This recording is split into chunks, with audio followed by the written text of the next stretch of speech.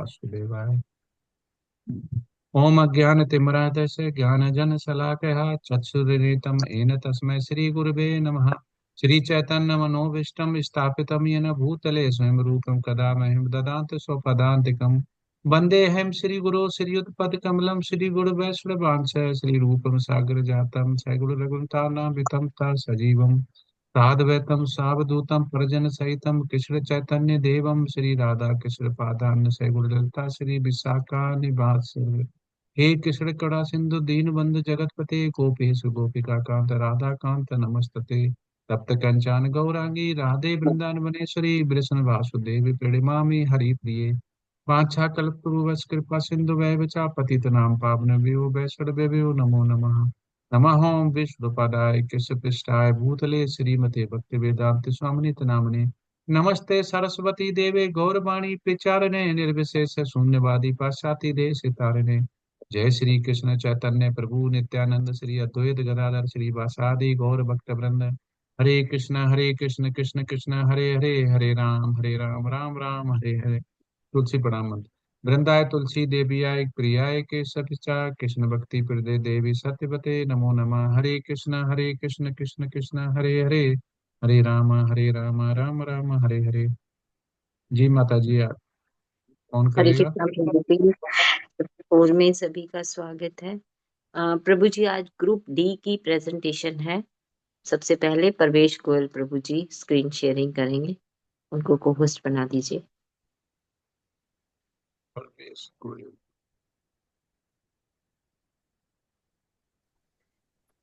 हरे कृष्णा माता जी, दंडो प्रणाम। प्रभु जी रेज से कीजिए ना हैंड। नहीं नहीं, पर माता जी हमारी तो प्रेजेंटेशन आज नहीं है माता जी, आपसे बात हुआ था मेरा, पिछली बार तो हमने दिया है। अच्छा, ग्रुप ई, सॉरी हाँ ग्रुप ई, वही तो कह रहा था मैं, डाउट था मेरे को, हमारी तो नहीं है माता जी। ग्रुप ई। हाँ हाँ ठीक है माता जी, हरे कृष्ण माता तान्या तान्या देव ज्योति माता जी है। हरे कृष्णा माता जी, ग्रुप ई का लीडर मैं हूँ, बीना शर्मा। मीना शर्मा माता जी, किसने करनी है स्क्रीन शेयरिंग? मैं ही करूंगी माता जी। ठीक है प्रभु जी, वीना शर्मा।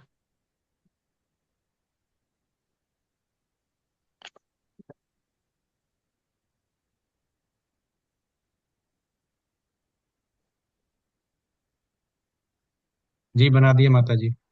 जी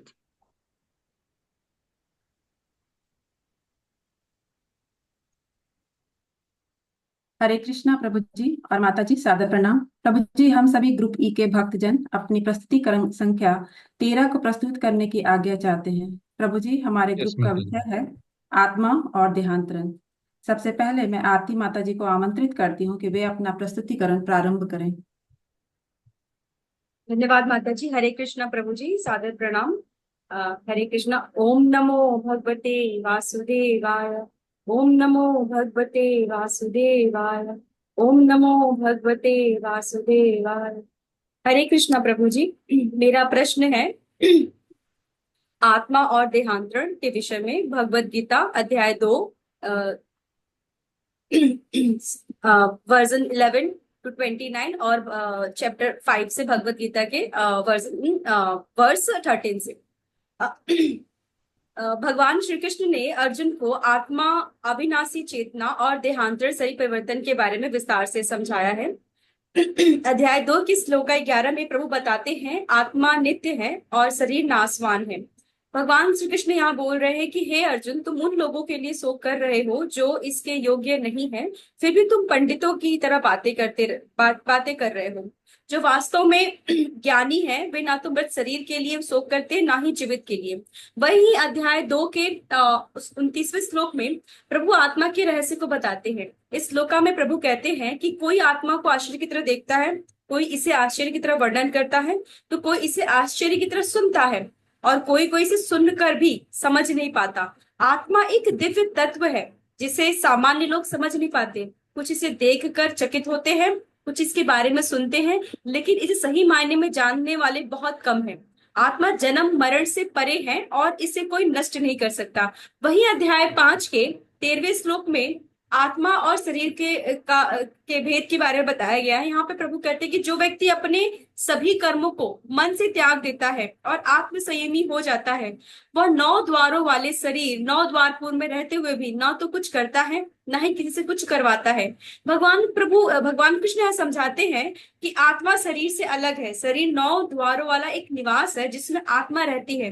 ज्ञानी व्यक्ति समझता है कि आत्मा केवल शरीर में निवास करती है, लेकिन वास्तव में वह कर्मों से अप्रभावित रहती है। इसी के साथ मैं अपनी वाणी को यही विराम देती हूँ और स्वगातिका माता जी को आमंत्रित करती हूँ प्रस्तुतिकरण के लिए। हरे कृष्णा प्रभु जी। धन्यवाद माता जी। हरे कृष्ण प्रभु जी। माता जी सादर प्रणाम। मेरा विषय है आत्मा और देहांतर, श्लोक 5.14 से 16 तक 7 एंड 8.5 से। परम भगवान कृष्ण ही एकमात्र नियंत्रक है और सभी जीव उन्हीं के द्वारा नियंत्रित होते हैं। जीव उनकी श्रेष्ठ शक्ति है क्योंकि उनके अस्तित्व का गुण परम भगवान के समान है, लेकिन वे शक्ति की मात्रा में कभी भी भगवान के बराबर नहीं हो सकते। भगवान कृष्ण द्वितीय अध्याय में कहते हैं कि प्रत्येक जीव स्वतंत्र है। भूतकाल में भी स्वतंत्र थे, वर्तमान में भी स्वतंत्र हैं और भविष्य में भी स्वतंत्र रहेंगे। इसलिए भगवान कृष्ण 2.20 में कहते हैं, न जायते म्रियते वा कदाचिन् नायं भूत्वा भविता वा न भूयो अजो नित्य शाश्वतोऽयं पुराणो न हन्यते हन्यमाने शरीरे। अतः मनुष्य को चाहिए कि जीवन के प्रारंभ से ही कृष्ण भावनामृत का अभ्यास करे, जिससे जीवन के अंत में सफलता प्राप्त हो सके। धन्यवाद प्रभु जी। अब मैं अपने वाणी को यहीं विराम देती हूँ और देवेश प्रभु जी को आमंत्रित करना चाहती हूँ कि अपना प्रस्तुतिकरण प्रस्तुत करें। हरे कृष्णा। धन्यवाद माता जी। हरे कृष्णा। दंडवत प्रणाम प्रभु जी। सभी वैष्णव भक्त को दंडवत प्रणाम। मेरा सवाल है आत्मा और देहांतरण, भगवद गीता 8.6, 8.23 से 28 तक। भगवद गीता की अध्याय 8 के श्लोका 6 और 23 से 28 के आत्मा और देहांतरण पुनर्जन्म का सारांश। श्लोका 8.6 में श्री कृष्ण यह समझाते हैं कि मृत्यु के समय व्यक्ति का अंतिम विचार ही उसके अगले जन्म का गति को निर्धारित करता है। इसलिए जीवन भर भगवान के चिंतन और भक्ति में लगे रहना चाहिए ताकि मृत्यु के समय उनका शरण हो और मोक्ष प्राप्त हो सके। श्लोक 23-24 मोक्ष प्राप्ति के 2 मार्ग भगवान बताते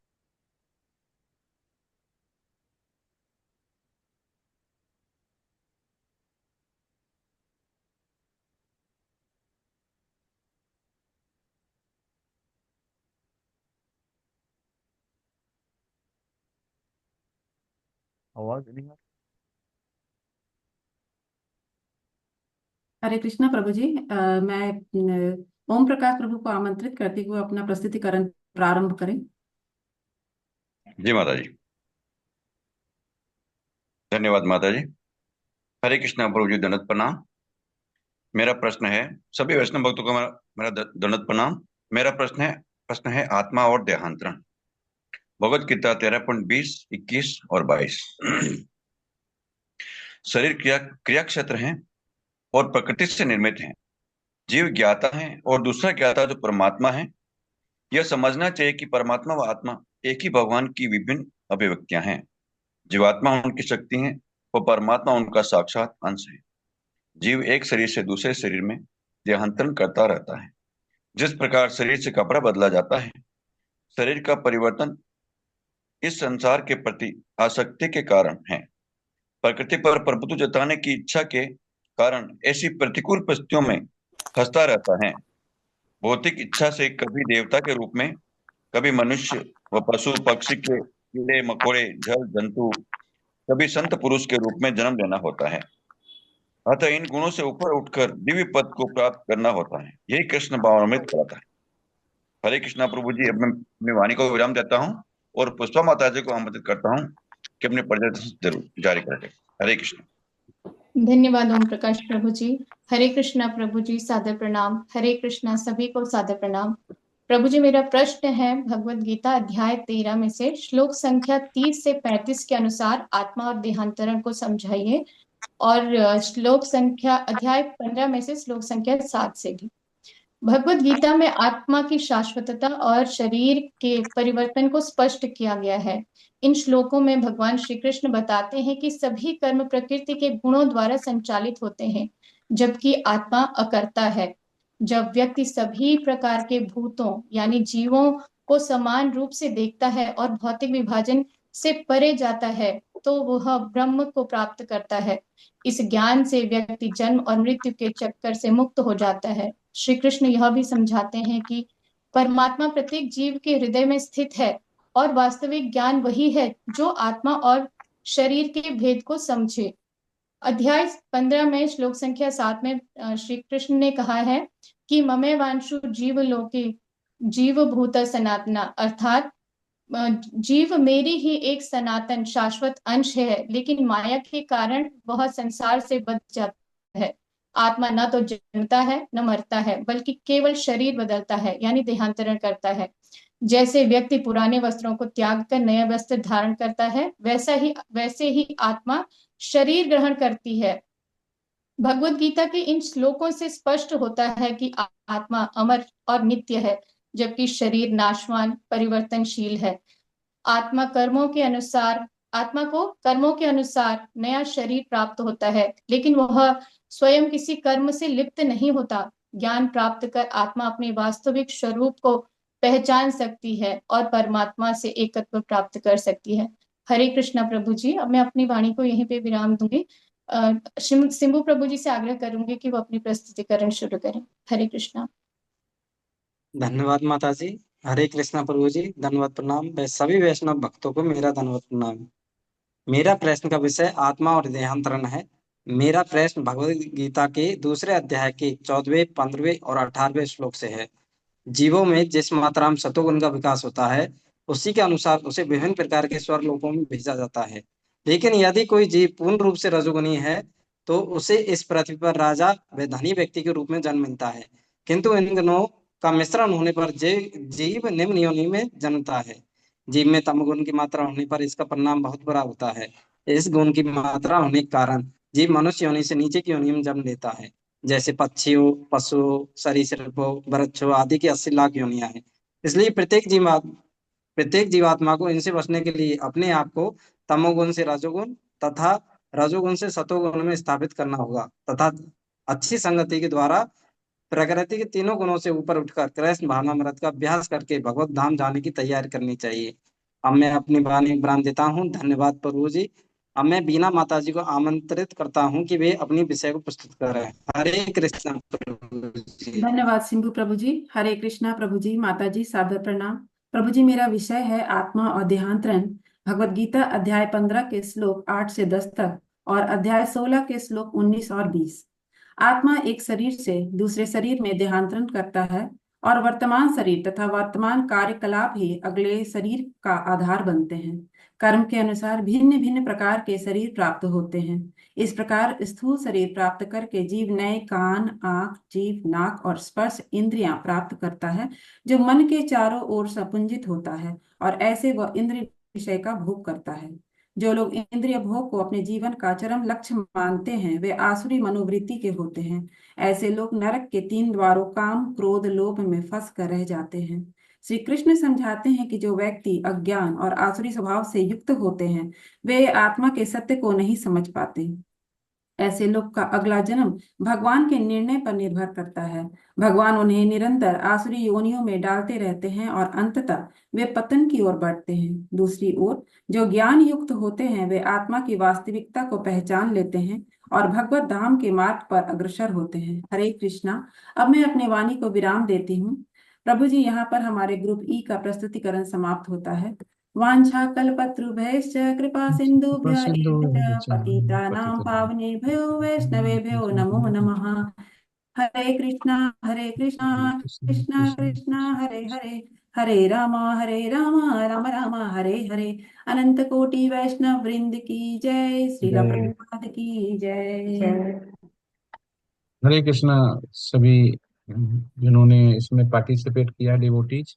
और ये आप देखेंगे कि इसमें और आनंद आता है, क्योंकि इसमें जो ये थीमेटिक बेस बोलते हैं। तो जब ये मैंने नंदी प्रभु जी के अंडर में ही ये लेबल किया था, उन्होंने थेमेटिक दिया था, जो जीबीसी से आया था। तो इसमें सबसे अच्छा क्या है कि जैसे हम प्रश्न मिलता है तो हमें आंसर बहुत जल्दी मिल जाता है। इसमें क्या होता है कि थेमेटिक बेस में कि एक ही टॉपिक के ऊपर अलग अलग चैप्टर से श्लोका देख के उसका रेफरेंस लेके और बहुत करेक्ट समझ के हमें बनाना होता है। तो इसमें हमारी नॉलेज और बढ़ती है। कौन सी नॉलेज? आध्यात्मिक नॉलेज, क्योंकि हम उसे खोजते हैं, फिर पढ़ते हैं, फिर समझते हैं कि देहांतरण। लेकिन क्या करते हैं हम लोग? केवल प्रश्न के पीछे भागते हैं, उसका आंसर देते हैं। ठीक है, तो ये थेमेटिक बेस जो टॉपिक बनाने का एनएनडी प्रभु जी मकसद बता रहे थे, उसमें ये था कि हम इसके टॉपिक का जो शब्द है उसको समझें। कृपया म्यूट कर लें।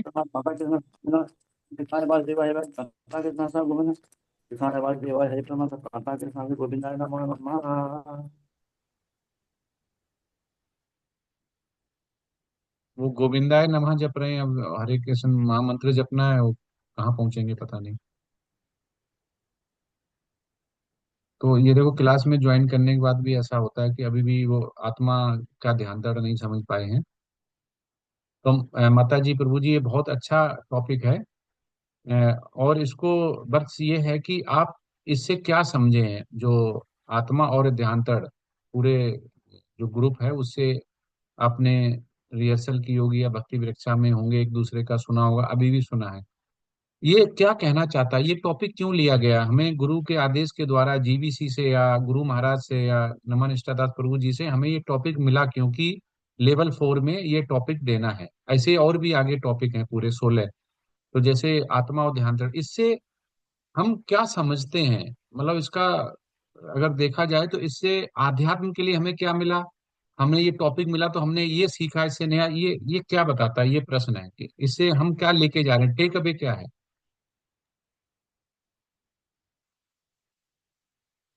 हरे कृष्णा हरे प्रभु जी। आ, हाँ, यस। जी माता। आप पुष्पा माता जी बोलना चाहते हैं, प्लीज माता बोलिए। माता जी आप बोलिए, मैं बोलूंगी। हरे कृष्णा प्रभु जी। ये जो टॉपिक है आत्मा और देहांत रंग, यहाँ पर भगवान कृष्ण हमें जो है इस बात को ध्यान देने को बोलते हैं कि जो है हम सभी जो है ना भौतिक शरीर के पीछे जो है बहुत ही ज्यादा आसक्त हो जाते हैं, लेकिन एक्चुअली हमारा आत्मा ये एक मतलब आत्मा ही है हमारा। जो इस पूरे भगवत गीता में जो है ना भगवान जो है ना सिर्फ आत्मा के बारे में बताए हुए हैं।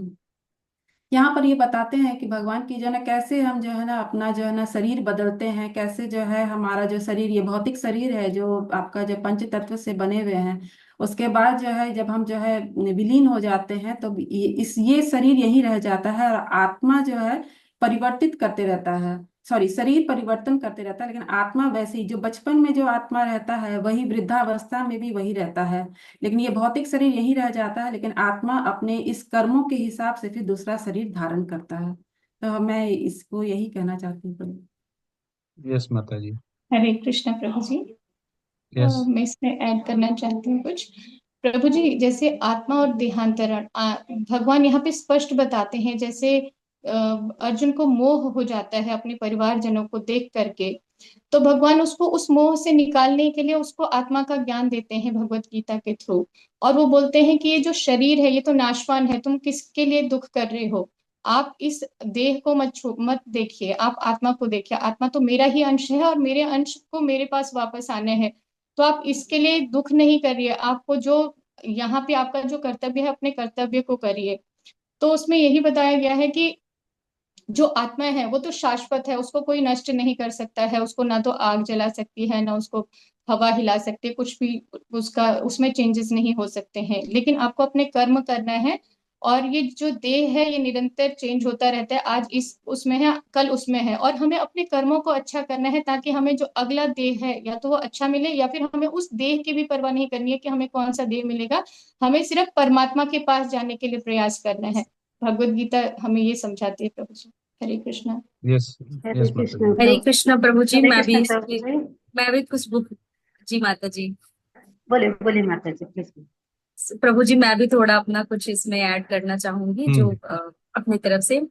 प्रभु जी, इस इसके माध्यम से जो प्रभु है भगवत गीता में यहाँ पर आत्मा और आत्मा आत्मा का जो रहस्य है उसे बहुत ही अच्छे तरह से समझाते हैं। और देह में जो हमारे जो शरीर का परिवर्तन होता है, आत्मा जो शरीर को बदल रही है, तो उसको प्रभु बहुत ही विस्तार रूप से इसमें समझाते हैं। इसके माध्यम से प्रभु बता रहे हैं, कृष्ण को ज्ञान होते हुए कृष्ण जो है वो इसके भेद को समझ नहीं पा रहे हैं कि वो जानते हैं लेकिन तब भी वो बहुत व्याकुल हो रहे हैं, परेशान हो रहे हैं।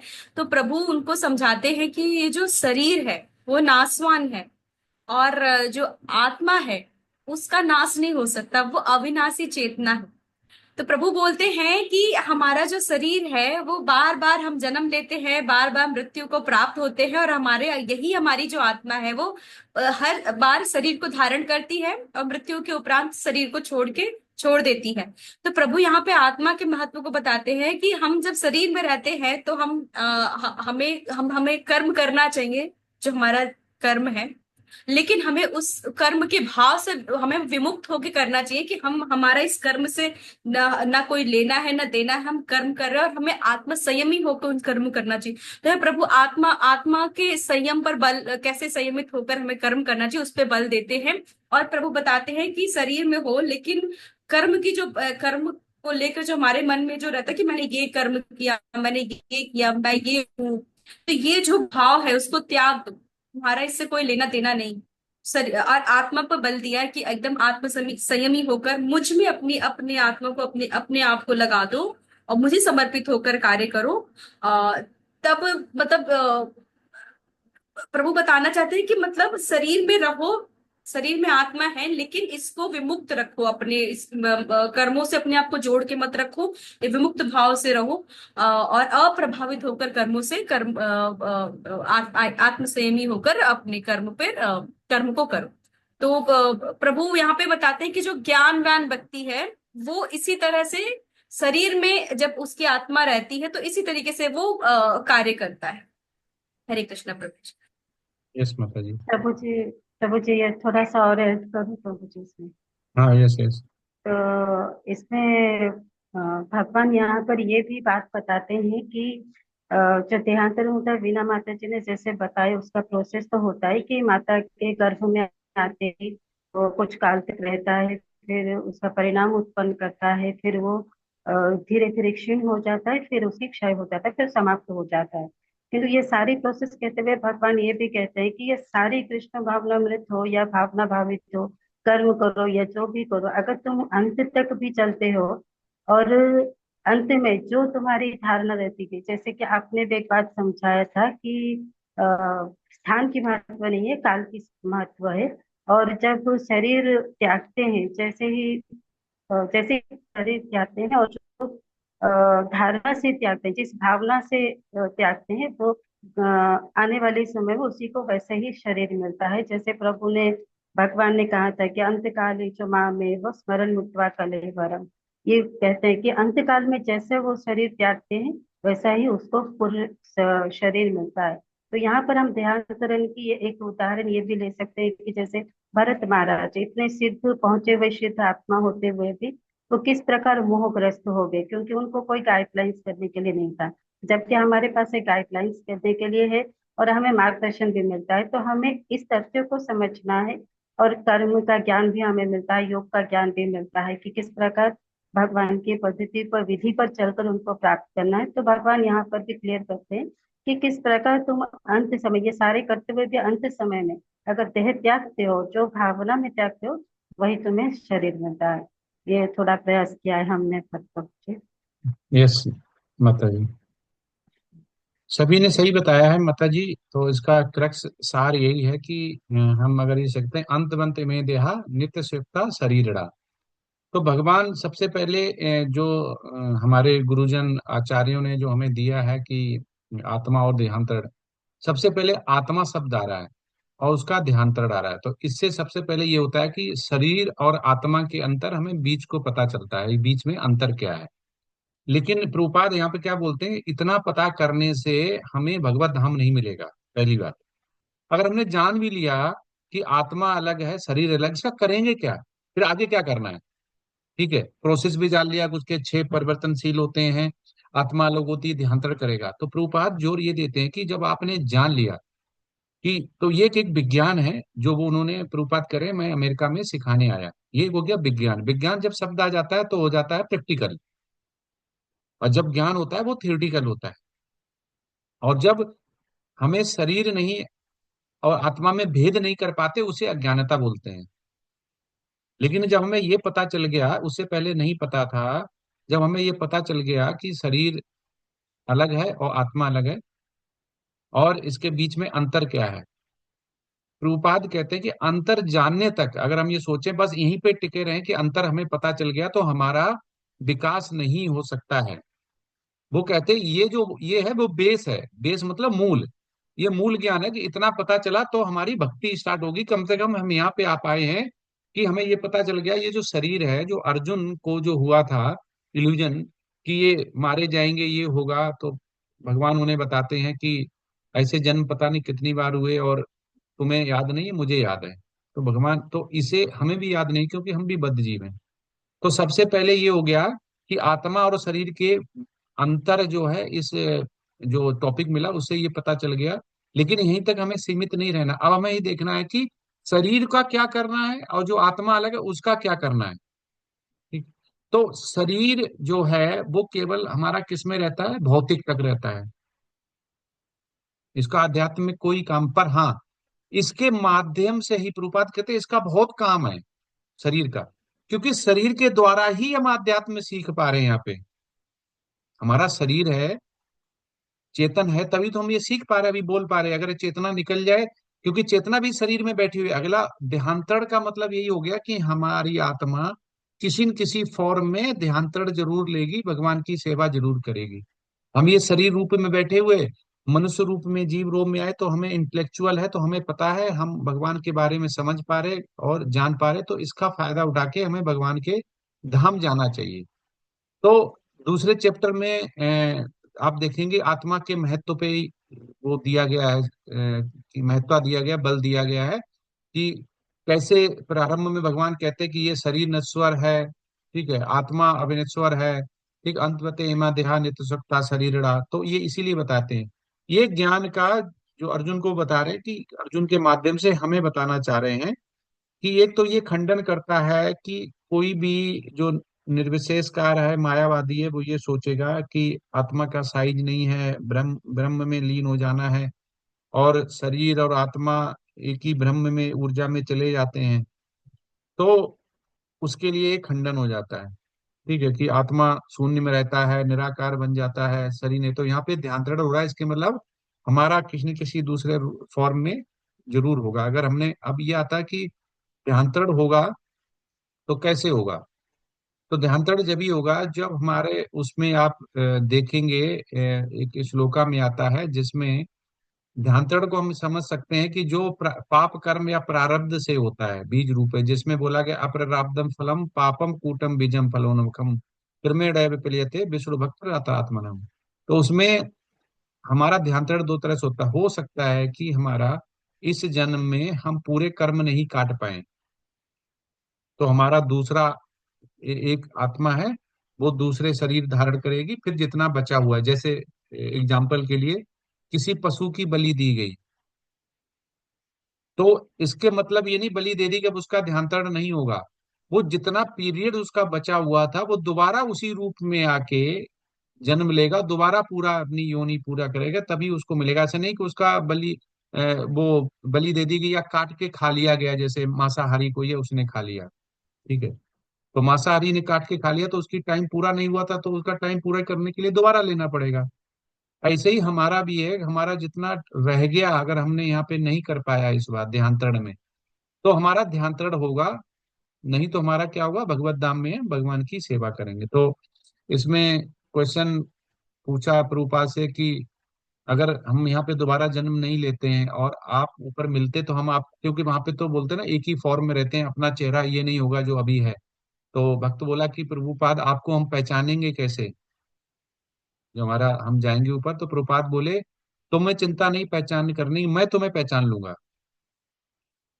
तो हमें यहाँ पे भगवान, हमारे आचार्य और हमारे प्रभुपाद जो भी तात्पर्य के माध्यम से बता रहे हैं, वो उसे हमें बहुत विश्वास रखना पड़ेगा कि हम आत्मा और शरीर को अगर जान गए हैं तो हमें शरीर पे फोकस ना करके केवल इतना करना है कि हमारे कोई बीमारी हो रही तो हमें दवा लेनी है और सही रखना है शरीर को, लेकिन हमारा फोकस होना चाहिए आत्मा का। कर आत्मा की क्वालिटी कैसे इंप्रूव करें, कैसे चैंटिंग के माध्यम से, कैसे सेवा के भाव से, कैसे भक्ति माध्यम से इसका जो आज हमारा लेवल है उसको हम और ज्यादा इंप्रूव कर पाए अपने भक्ति के माध्यम से। तो इसमें जैसे नारद मुनि जी का आता है कि उनको भी जब पिछले जन्म का जो अपना बताते हैं कि वैष्णव लोग रुके हुए थे, माता बहुत गरीब थी, उनके बर्तन साफ करती थी, उनको उच्छिष्ट मिला, उसके बाद उनका कितना विकास हुआ। तो वैष्णव भक्ति जो करते, अब ये आता है कि हमें भक्ति कैसे मिलेगी। अब हमें ये पता चल गया आत्मा अलग है, शरीर अलग है। अब आत्मा के लिए क्या करना, तो आत्मा के लिए आनंद जो है वो हरे कृष्ण महामंत्र है, पवित्र नाम हरे कृष्ण महामंत्र का कीर्तन करो, जप करो, तो उसमें आनंद होगा, अनुभव होगा। ये तो उसका एक भोजन हो गया। अब इसमें हो गया कि हमें कितना करते रहना चाहिए कि शुद्धि बनी रहे और मनुष्य शुद्ध हो जाए। तो नारद जी खुद ही बताते हैं कि पिछले कुछ पूर्व जन्म में जब वो नारद मुनि से पहले वो जो शुद्ध भक्त थे उनके गांव के पास रुके हुए थे और उनके थालियों में जो उच्छिष्ट बचता था वो करते, तो उनके भजन कीर्तन जो होते थे वो सुनते थे नारद मुनि। लेकिन भोजन जो उन्होंने छोड़ा हुआ उच्छिष्ट था वो खाया तो उनकी बहुत जल्दी प्रगति हुई। तो हमें प्रगति जब ये जान जाए कि आत्मा क्या है, तो हमें प्रगति जब तक हमें पता नहीं, जैसे हमें कोई जैसे लौ होती है घर में, फ्लेम होती है, जब हमें उस पे टच हो जाती गर्म लगती है, तो हमें जब गर्म लग जाए तो अगली बार उसे हम टच नहीं करते। तो हमें जब पता चल जाए जो चीज कि अभी ये नहीं करना है या ये करना है, तो उसी समय से हमें करना चाहिए, ऐसा आचार्य लोग बोलते हैं। तो ये आत्मा और ध्यान का इसीलिए ये डिटेल में बताया कि ये बहुत ही बेसिक लेवल है। उसके बाद इसके बहुत सारे चरण हैं, तो उस चरण को हमें पूरा करना, तो इसी चरण से ये आगे आगे थेमेटिक है, आगे आती जाएगी। तो आपने देखा होगा इसमें थोड़ा अच्छा भी लगता है कि अभी पहले शब्द पता चलता, अभी पता चलता है अच्छा आत्मा और ध्यानतड़ का केवल चैप्टर 2 में ही है, अभी भी पता चलता नहीं नहीं 5 में भी है, 8 में भी है, 10 में भी है, 12 में। हम तो एक ही जगह समझते थे, कहाँ खोजें। तो ये अच्छा रहता है। हरे कृष्णा। तो बहुत अच्छी प्रेजेंटेशन थी, लेकिन आप इससे सीखिए, जैसे प्रभुपाद ने बोला हुआ है एग्जाम्पल के माध्यम से, कि हमें जब पता चल जाए उसके बाद हमारी प्रोग्रेस होनी चाहिए। हरे कृष्णा। अगली प्रेजेंटेशन लेते हैं।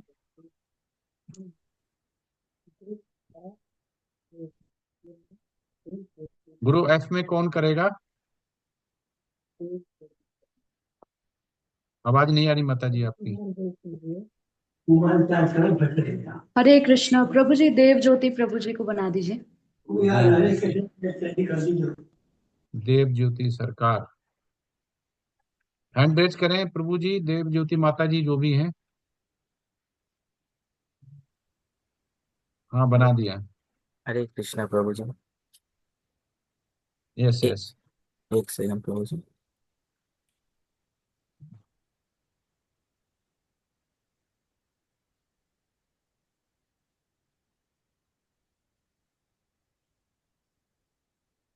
स्क्रीन दिख रहा है प्रभु जी?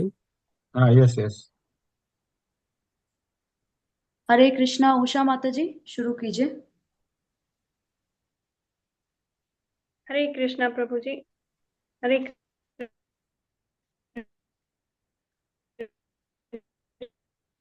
कृष्ण माता देवाय। ओम नमो भगवते वासुदेवाय। ग्रुप एफ की तरफ से आप सभी का आज की प्रस्तुति में स्वागत है। हमारा विषय है मन और इंद्रियां। हमने इसे कुछ सब विषयों में विभाजित किया है जो इस प्रकार है। पहला विषय है इसके भूमिका और विषय प्रकार। जीवात्मा को दो विभागों में विभाजित किया गया है। पहला है कर्मेंद्रियां, दूसरा है ज्ञानेंद्रियां। कर्मेंद्रियां हाथ पैर मुंह गुदा लिंग और ज्ञानेंद्रियां आंख कान नाक जीभ त्वचा। कर्मेंद्रियां जड़ पदार्थ की अपेक्षा श्रेष्ठ है। मन इंद्रियों से बढ़कर है। बुद्धि मन से भी उच्च है और आत्मा बुद्धि से भी बढ़कर है। भौतिक जगत में समस्त कार्यकलापों का केंद्र बिंदु काम सुख है। इंद्रिय तृप्ति जीवात्मा की बंधन अवधि को बढ़ाती है। इंद्रियां मन तथा बुद्धि इस काम के निवास स्थान है। काम में बुद्धि से आत्मा प्रभावित होती है, जिसमें जिससे अहंकार उत्पन्न होता है। मनुष्य कृष्ण भावनामृत या भगवत भक्ति के माध्यम से इंद्रियों को वश में कर सकता है, जो मानव जीवन की पूर्णतः चरमावस्था है। स्थिर बुद्धि, शांत चित्त, कृष्ण भावनामृत में निरंतर अभ्यास जीवात्मा को इंद्रिय तृप्ति से मुक्ति प्रदान करता है। ईश्वर के प्रति शरणागति मन बुद्धि में आत्मा का ईश्वर के प्रति शरणागति मन बुद्धि में आत्मा की शुद्धिकरण का कारण बनती है। यह मानव जीवन की परम स्थिति है, जो ईश्वर के दिव्यता का दर्शन कराती है। हरे कृष्णा। मैं अपनी वाणी को यहीं विराम देती हूँ और श्रुति माता जी से आग्रह करती हूँ कि वो प्रस्तुति को आगे बढ़ाएं। हरे कृष्णा माता जी। धन्यवाद माता जी। हरे कृष्ण प्रभु जी, हरे कृष्ण माता जी व सभी को मेरा सादर प्रणाम। विषय हमारा मन और इंद्रियों का है। मेरा विषय है सभी प्रकार के कर्मों के करण इंद्रियां। भगवत गीता अध्याय 18 श्लोक 14 एंड 15। जैसे कारक होते हैं, कर्ता ने कर्म को करण से के द्वारा का बहुत महत्वपूर्ण स्थान है। कर्म करने वाले का नाम कर्ता अर्थात जीवात्मा, और जिसके आश्रय कर्म किया जाए वह अधिष्ठान अर्थात शरीर। जिन जिन इंद्रिया आदि साधनों के द्वारा कर्म किए जाते हैं उनका नाम है करण। इंद्रियों को करण कहा जाता है।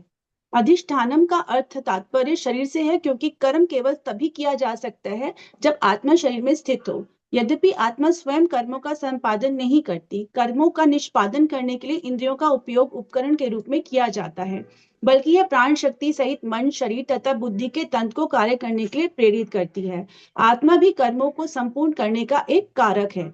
किसी भी कर्म के होने के लिए 5 कारण होते हैं। अधिष्ठानम कार्य का आधार अर्थात शरीर, कर्ता कर्म करने वाला अर्थात जीवात्मा, करणम इंद्रिया ज्ञानेन्द्रिया और कर्मेंद्रिया, चेष्टा विभिन्न प्रकार के प्रयत्न या प्रयास, देवम ईश्वर की इच्छा या पूर्व कर्मों के अनुसार भाग्य। कोई भी कार्य केवल मनुष्य के प्रयास से नहीं होता, बल्कि उसके कई कारक भूमिका निभाते हैं। शरीर, इंद्रियां, मनुष्य की इच्छा शक्ति, प्रयास, ईश्वर की कृपा, यह सब मिलकर ही कार्य को पूर्ण करते हैं। उदाहरणतः एक किसान खेत में फसल उगाता है। अधिष्ठानम शरीर, किसान का शरीर, कर्ता किसान स्वयं, करणम इंद्रियां हाथ, पैर, आंखें, औजार, चेष्टा मेहनत, सिंचाई, बुआई, देवम बारिश, मौसम और भगवान की कृपा। यदि इनमें से कोई भी कारक गायब होगा तो फसल अच्छी नहीं हो सकती। मनुष्य अपने शरीर, वाणी और मन से जो भी कर्म करता है, चाहे वे उचित हो या अनुचित, उसके लिए ये 5 कारण शरीर, कर्ता, इंद्रिय, चेष्टा और देव उत्तरदायी होते हैं। इसलिए इंद्रियों के बिना जीवात्मा स्वाद, स्पर्श, देखने, सुनने, ध्वनि इत्यादि से संबंधित क्रियाओं का अनुभव नहीं कर सकती। इसलिए केवल अपने प्रयास को ही सब कुछ मानकर अहंकार नहीं करना चाहिए। इंद्रियां शक्तिशाली हैं, लेकिन उनसे भी ऊपर मन होता है। इसलिए मन को नियंत्रित करने से इंद्रियां भी नियंत्रित हो जाती हैं। इससे निष्कर्ष यह है कि इंद्रियों का संयम ही सच्ची आत्म साधना है। मनुष्य को चाहिए कि वह अपने इंद्रियों पर संयम रखे और अच्छे कर्मों में उनका प्रयोग करे। असंयमित इंद्रियां मनुष्य को पतन की ओर ले जाती हैं और संयमित इंद्रियां मनुष्य को मोक्ष की ओर ले जाती हैं। मैं अपनी वाणी को यहाँ विराम देती हूँ और तान्या माता जी से अनुनय करती हूँ कि वह प्रस्तुतिकरण को आगे बढ़ाएं। धन्यवाद। हरे कृष्ण। धन्यवाद माता जी। हरे कृष्णा प्रभु जी, हरे कृष्णा माता जी, सभी को सादर प्रणाम। मेरा उपविषय है मन प्रधान इंद्रिय। मन को प्रधान इंद्रिय माना जाता है क्योंकि मन सभी प्रकार के इंद्रिय विषयों और इंद्रिय तृप्ति का कारण है। मन इंद्रिय रूपी घोड़ों की लगाम है, क्योंकि मन की प्रभुत्वता जताने की इच्छा के कारण ही इंद्रियां उस प्रकार के इंद्रिय विषयों के प्रति अग्रसर होती हैं। यही मन मनुष्य का मित्र भी है और शत्रु भी। यदि इसे संयमित रखा जाए तो यह मित्र है, और यदि संयमित ना किया जाए तो यह शत्रु की भांति हमारा विनाश कर सकता है। मन को संयमित करने का उपाय केवल कृष्ण भावनामृत है, जैसा कि भगवान स्वयं भगवत गीता के 9वें अध्याय के 34वें श्लोक में बताते हैं। अपने मन को मेरे नित्य चिंतन में लगाओ, मुझे नमस्कार करो, मेरी पूजा करो और मुझ में पूर्णता तल्लीन होकर इस प्रकार तुम निश्चित रूप से मुझे प्राप्त करोगे। मन अत्यंत चंचल होता है। वह हर क्षण किसी न किसी वस्तु की अर्थात इंद्रिय विषय की इच्छा करता ही रहता है। अतः यदि हम मन के वेग को कृष्ण की ओर मोड़ें तो हम उसे भगवान की सेवा में लगा सकते हैं। इस श्लोक के माध्यम से भगवान ने मन को संयमित करने के 5 मार्गों का वर्णन किया है, जिसमें पहला है मन को नित्य भगवान कृष्ण के चिंतन में लगाना, दूसरा भगवान को नमस्कार करना, तीसरा भगवान की पूजा या सेवा करना, चौथा पूर्ण रूप से भगवान को समर्पित होना और पांचवा भगवान के भक्तों की संगति करना। इस प्रकार हम मन को एकाग्र कर सकते हैं और उसे भगवान की सेवा के लिए प्रयोग कर सकते हैं। मैं अपनी प्रस्तुति को यहीं विराम देती हूँ और अनीता माता जी से आग्रह करती हूँ कि वो प्रस्तुतिकरण को आगे बढ़ाएं। हरे कृष्ण।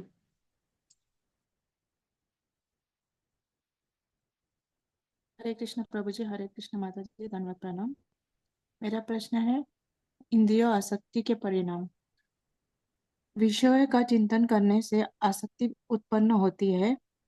आसक्ति से कामना जन्म लेती है। कामना की पूर्ति न होने पर क्रोध उत्पन्न होता है। इंद्रियों के वश में रहकर विषयों का चिंतन करना मनुष्य को आध्यात्मिक पतन की ओर ले जाता है। क्रोध से सम्मोह उत्पन्न होता है। सम्मोह से स्मृति का नाश होता है और स्मृति नाश होने से बुद्धि का नाश होता है। बुद्धि नष्ट होने पर व्यक्ति का पतन होता है। इस प्रकार इंद्रिय विषयों में आसक्ति धीरे धीरे मनुष्य को आध्यात्मिक और नैतिक पतन की ओर ले जाता है। मैं राखी माता जी से आग्रह करती हूँ कि प्रस्तुतियों को आगे बढ़ाएं। हरे कृष्णा। धन्यवाद माता जी। हरे कृष्ण सभी को सादर प्रणाम। मेरा आज का विषय है इंद्रिय और मन को संयमित करने के विभिन्न मार्ग। इंद्रियों एवं मन को संयमित करने के लिए भगवान ने एक बहुत ही सरल उदाहरण द्वारा अध्याय 2 में समझाना शुरू किया, जिसमें भगवान अर्जुन से कह रहे हैं कि जिस प्रकार एक कछुआ किसी आपत्ति के समय पे अपने अंगों को संकुचित कर लेता है, उसी प्रकार यदि एक मनुष्य विषय भोगों से अपनी इंद्रियों को संकुचित कर लेता है तो वो स्थिर चेतना में आ जाता है। इसके पश्चात भगवान कहते हैं कि इस प्रकार तब भी मन इतना चंचल है कि वो उन विषयों के बारे में निरंतर चिंतन करता रहता है, अर्थात मन में उन विषयों भोगों की इच्छा बनी रहती है। तो इसके लिए कोई क्या करे? तो भगवान इसके उत्तर में कह रहे हैं कि इसके लिए उत्तम रस का सेवन करे, क्योंकि उत्तम रस का सेवन करने से निकृष्ट रसपान की जो इच्छा है वो स्वतः ही समाप्त हो जाएगी। अब प्रश्न उठता है कि उत्तम रस क्या है? तो भौतिक विषयों से ऊपर जो आध्यात्मिक विषय है वही उत्तम रस है। आध्यात्मिक विषय में हम ब्रह्म, परमात्मा और भगवान, इन तीन के अनुभूति को ले सकते हैं। तो इनके प्राप्त करने के भगवान ने अध्याय 6 तक विभिन्न मार्ग बताए हैं, जिसमें हमारा ज्ञान योग, हठ योग, अष्टांग योग, ध्यान योग और कर्म योग आदि आ जाते हैं। परंतु फिर प्रश्न ये आता है कि इतना कठिन तप और योग करने के पश्चात भी इन सभी साधनों के माध्यम से पतन की कहीं ना कहीं संभावना बनी रहती है। तो अगर मनुष्य का पतन ना हो तो उसको कौन सा मार्ग अपनाना चाहिए? इसके उत्तर में भगवान कहते हैं कि फिर उसको भक्ति योग का मार्ग अपनाना चाहिए, अर्थात उसको कृष्ण भावना भावित होने का मार्ग अपनाना चाहिए, क्योंकि इसमें पतन के चांसेस नहीं है। क्योंकि कृष्ण भावना भावित इतनी दिव्य और सुंदर वस्तु है कि इसके प्रभाव से भौतिक भोग की इच्छा स्वतः ही नीरस हो जाती है। फिर अध्याय 3 में भगवान बताते हैं कि अन्य मार्गों के द्वारा अगर कोई व्यक्ति अपनी इंद्रियों को संयम कर भी ले तो भी उसका मन जो है वो इतना चंचल है कि वो इंद्रिय विषय के बारे में निरंतर चिंतन करता है और इस प्रकार वो मिथ्याचारी बन जाता है। तो इस मिथ्याचार से खुद को बचाने के लिए व्यक्ति को अपने कर्म को कृष्ण भावना भावित बना लेना है, कि अर्थात उसको अपने कर्म करते करते प्रत्येक विषय को भगवान को समर्पित करते हुए उसका प्रयोग करना है। इसी को श्री रूप गोस्वामी जी ने ऋषिकेश सेवनम के नाम से कहा है, कि अर्थात प्रत्येक इंद्रिय का प्रयोग इंद्रियों के स्वामी भगवान कृष्ण की सेवा के लिए करना। अध्याय 3 में ही भगवान बता रहे हैं कि मन जो है उसके जितने भी विकार हैं, काम, क्रोध, लोभ, मोह, मद, मत्सर्य आदि, इनको ये दुर्जय शत्रु के तरह हैं और इनको जीतना बहुत कठिन है। तो इनको भक्ति की विभिन्न विधियां जितनी है उनसे जीता जा सकता है, जिसमें हरे कृष्ण महामंत्र का जप आता है, भक्तों की संगति आती है, भगवान का प्रसाद पाना आता है और भगवान की लीलाओं का श्रवण आता है। इसके पश्चात फिर दोबारा से अध्याय 6 में भगवान एक बार कहते हैं कि मन को जीतना बहुत कठिन है, इसलिए इसके लिए उपयुक्त अभ्यास और वैराग्य की आवश्यकता है। तो उपयुक्त अभ्यास को हम समझ सकते हैं अनुकूलस्य संकल्पम, अर्थात भगवान की सेवा करने के लिए जिन विषयों की आवश्यकता पड़ती है उनको हम प्रयोग में लाएं और उसका वैराग्य आता है, उसका मतलब है प्रतिकूलस्य वर्जनम, कि अर्थात जिन विषयों से भगवान की सेवा नहीं हो सकती उन विषयों को पूर्णतः त्याग दिया जाए। इसके पश्चात अध्याय 8 में भगवान ये स्पष्ट करते हैं, केवल आवश्यकता इतनी है कि अपने वर्णाश्रम धर्म के कर्म करते करते वो अन्य भक्ति की जितनी भी विधियां हैं उनके द्वारा भगवान कृष्ण का चिंतन करे और धीरे धीरे उसी से ही उसकी इंद्रिय नियंत्रण में आ जाएंगी। इसके पश्चात अध्याय 9 में भगवान ने बताया कि सभी इंद्रियों को इस प्रकार से नियंत्रित करते हुए जब मनसा वाचा और कर्मणा कोई भी मनुष्य भगवान कृष्ण की सेवा करता है तो अंततः वो भगवान का परम लोक प्राप्त करता है। अध्याय 9.34 और 18.64 में एक ही श्लोक के माध्यम से भगवान ने इस बात को दोहराया है, मन मना भव मद भक्तो मद्याजी माम नमस्कुरु माम एव एष्यसि सत्यम ते प्रतिजाने प्रियो असी में। हरे कृष्णा। धन्यवाद। अब मैं आरती माता जी से आग्रह करूंगी कि वे अपनी प्रस्तुति प्रस्तुत करें। हरे कृष्ण माता जी, हरे कृष्ण प्रभु जी, सादर प्रणाम। मेरा प्रश्न है इंद्रियों नियंत्रण के लाभ। इंद्रियों तृप्ति की इच्छा से विरक्त होकर केवल भगवान के लिए कार्य करना, जोगारूप अवस्थाएं को प्राप्त होना, इंद्रियों के बीगों को रखने में समर्थन होना। अगर हम इंद्रियों को नियंत्रित करने में सफल होते तो बिना किसी रुकावट के भगवान की सेवा कर सकते हैं। हरे कृष्ण माता जी, हरे कृष्ण प्रभु जी, सादर प्रणाम। मैं मेरी वाणी को विराम देते हुए देवज्योति प्रभु जी को आमंत्रित करता हूँ। हरे कृष्ण, हरे कृष्ण। हरे कृष्णा प्रभु जी, हरे कृष्णा माता जी, सभी को मेरा दंडवत प्रणाम। मेरा प्रश्न है इंद्रियों की आसक्ति के कारण। इंद्रियों की आसक्ति के कारण तीन मुख्य बातें हैं। एक, माया और मोह। इंद्रिय प्रकृति से संबंधित चीजें जैसे रूप, रस, गंध, स्पर्श और शब्द की ओर आकर्षित होता है। जो सांसारिक विषय मनुष्य को सुख प्रदान करते हैं और उनकी सुखों की पाने की इच्छा आसक्ति का कारण बनता है। दो, अज्ञानता। मनुष्य जब अपने आलस्य आत्म स्वरूप को नहीं पहचानते और शारीरिक सुख को ही सच्चा सुख समझता है तब इंद्रियों की आसक्ति बढ़ जाता है, वो जो मोह और माया के कारण होता है। तीन, वासना और पुनरावृत्ति। पुरानी आदतों और वासनाओं भी इंद्रियों की आसक्ति का बड़ा कारण होता है। जो सुख या सुखद अनुभव मनुष्य ने पहले प्राप्त किया होता है उसकी ही फिर से प्राप्त करने की इच्छा मन में जागता है। निष्कर्ष यही है कि इंद्रियों की आसक्ति का मूल कारण अज्ञानता और मोह है। ज्ञान, विवेक और भक्ति से इसे नियंत्रित किया जा सकता है। हरे कृष्णा प्रभु जी, हरे कृष्णा माता जी। मैं मेरे ही वाणी को विराम देते हुए तानिया माता जी को आमंत्रित करता हूँ। माता जी, आप वैष्णव प्रणाम मंत्र से प्रेजेंटेशन को समाप्त करें। हरे कृष्ण। जी धन्यवाद प्रभु जी। हरे कृष्णा प्रभु जी, हरे कृष्णा हरे माता जी। कृष्ण। हमारी आज की प्रस्तुति यहीं पर समाप्त होती है। यदि हमसे कोई त्रुटि हुई हो तो उसके लिए हमें क्षमा करें और आगे के लिए हमारा मार्गदर्शन करें। वाञ्छाकल्पतरुभ्यश्च कृपा सिन्धुभ्य एव च पतितानां पावनेभ्यो वैष्णवेभ्यो नमो नमः। हरे कृष्ण कृष्ण कृष्ण हरे हरे, हरे राम राम राम हरे हरे। हरे कृष्ण। हरे कृष्ण। बहुत अच्छी प्रस्तुति सभी माताओं की प्रभु जी ने। अब ये हमने मन का इंद्रियों पे कंट्रोल ये समझ लिया, तो मेरा बड़ा बेसिक क्वेश्चन है इस पे, जो आजकल मतलब इसी समाज के लिए या आज कलयुग में हम बैठे हुए उसके लिए है कि 10, अगर आपने ढंग से पढ़ा हुआ तो आप बता पाएंगे, 10 गिन के, 10 अनकंट्रोल्ड मन के और कंट्रोल मन के प्रकार या उपाय, मन को कंट्रोल करने के 10 और 10 अनकंट्रोल्ड के लक्षण, 10-10 बताने हैं।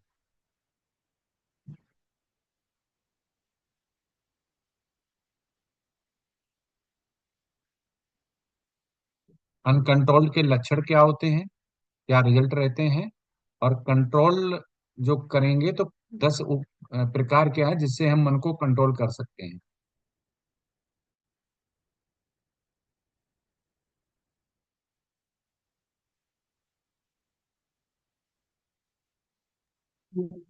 हरे कृष्णा प्रभु जी। हाँ यस। अनकंट्रोल के तो प्रभु जी जो मन के विकार हैं, जिसमें काम, क्रोध, लोभ, मोह, मद, मत्सर्य आते हैं, इन्हीं से जो उत्पन्न है, ये जो पतन के कारण बनते हैं। काम से क्रोध उत्पन्न होगा, क्रोध से होगा। तो इस प्रकार ये तो पतन के कारण जो है वो मन के विकार हैं।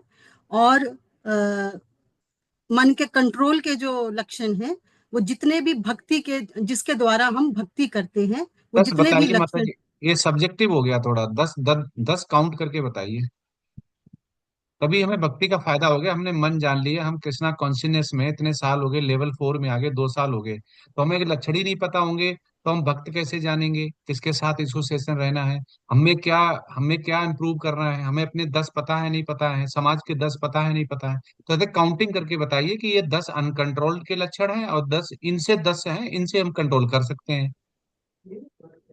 प्रभु जी सबसे पहले तो है विषय भोगों में आसक्ति हो जाएगी, उससे काम की उत्पत्ति होगी, और काम से फिर जो है क्रोध उत्पन्न होगा। क्रोध से फिर लोभ उत्पन्न होगा। लोभ से अगर वो पूरा नहीं होगा काम, तो उससे ईर्ष्या और द्वेष उत्पन्न होगा। कितने हो गए? 6। और ये सब जब नहीं होता है तो मोह उत्पन्न होता है, और अंत में मद और मत्सर्य प्राप्त होता है। 9 ये हुए थियोरटिकल शायद प्रभु माता जी। जी, माता जी ये पढ़ा पढ़ाया थियोरटिकल हो गया, हम वहां से निकल नहीं पाए। जो बुक में था वो ही बता दिया है। हम जब तक प्रैक्टिकल नहीं करेंगे, ये ज्ञान हो गया, ये विज्ञान नहीं है। प्रभुपाद इसको हमेशा ज्ञान बोलते, ज्ञान ले लिया, लेकिन विज्ञान हमें पता ही नहीं है। तो विज्ञान बहुत जरूरी है। प्रैक्टिकल आज समाज में हो रहा है ना, उसको कंट्रोल अनकंट्रोल वो प्रैक्टिकल बताना, इससे हमें बचना है, इससे हमें करना है। हरे कृष्णा प्रभु जी। हाँ यस। प्रभु जी, हम लोगों को कंट्रोल करने के लिए मतलब भक्त जो लोग हैं उनके संग करना चाहिए, भक्त संग करना चाहिए, कीर्तन सुनना चाहिए, और 2 हो गए। और 16 माला के जप करना चाहिए मन को नियंत्रित करने के लिए। वो हरे कृष्ण महामंत्र में ही आ गया, 2 हो गए। प्रभु जी 2 ही अभी याद आ रहे हैं। हरे कृष्णा प्रभु जी, मैं प्रयास करती हूँ बताओ। इसका। हम लोग कर रहे हैं 10, हमें 10 नहीं याद आ रहे हैं। जी प्रभु जी, भक्ति रसामृत सिंधु में हम लोगों ने इसका वर्णन पढ़ते हैं कि 10 प्रकार से हम उसको कंट्रोल कर सकते हैं। जैसे पहला, जैसे प्रभु जी ने बताया कि भक्तों का संग करना, हरे कृष्ण महामंत्र का जप करना, धामवास, और जो पवित्र जो पवित्र नदी हैं उनमें स्नान करना, और तुलसी महारानी की सेवा करना, और छठा है प्रसादम, भगवान का भोग को ही उचित रूप में प्रसाद रूप में ग्रहण करना। और सातवां है, सातवां हम कह सकते हैं धाम की यात्रा, और धाम की यात्रा करना। और आठवां भक्तों की सेवा करना। और नौवां प्रभु जी कह सकते हैं भगवान को अर्पित किए हुए जो माला है उनके पुष्पों की सुगंध सूंघने में। और 10वां जो है भगवान की लीलाओं का, उनके रूप गुण और माधुरी का श्रवण करने में और कीर्तन करने में। इस प्रकार से कर सकते हैं। प्रभु जी मैं भी कुछ ऐड करना चाहूंगी। यस माता जी। एक तो हमारे को सांस पर ध्यान देना, अनुशासन के साथ, सकारात्मक सोच के साथ, और ध्यान करना सबसे ज्यादा मन को नियंत्रित करने में, और सकारात्मक सोच रखना। और जैसे ध्यान ना भटके उसके लिए आप संतुलित आहार भी ले सकते हैं, और कृतज्ञ रहना कि हमें जो कुछ ईश्वर ने दिया उसके प्रति हमें अपनी कृतज्ञता को देना, और सेल्फ अवेयरनेस को भी ध्यान में रख सकते हैं हम कि अपने को थोड़ा संतुलित रखें। ग्रेटिट्यूड हो गया, और सेल्फ अवेयरनेस, ध्यान, मेडिटेशन, सकारात्मक सोच, अपने जो आसक्ति होती है चीजों पर, भावनाओं पर नियंत्रण रखना और डिसिप्लिन में रहना, अनुशासन में रहना। हरे कृष्ण प्रभु जी। हाँ, तो समराइज करते हैं। देखो 10 जो होते हैं, 10 जो आचार लोग हरे बताते कृष्ण हैं। गुरु जी। हाँ, प्रभु जी, मेरे एक ही याद आ रहा है, बोम्बो मुइत्तो के उठने पड़ेगा, तो उस हाँ, टाइम उठ के जप करना, नहा के ठाकुर को सेवा करना। उस टाइम ऐसे ही करने से सब कुछ मिल जाता है। माता जी ने बिल्कुल सही बोला है। ये उसमें सुबह जल्दी उठना। तो पहला कौन सा है जो आचार्य लोग बताते हैं, सीक्वेंस क्या है कि भक्तों का संग, हमें भक्तों का संग जरूर करना है, इससे मन हमारा नियंत्रण होगा। हरे कृष्ण महामंत्र का जप करना दूसरा।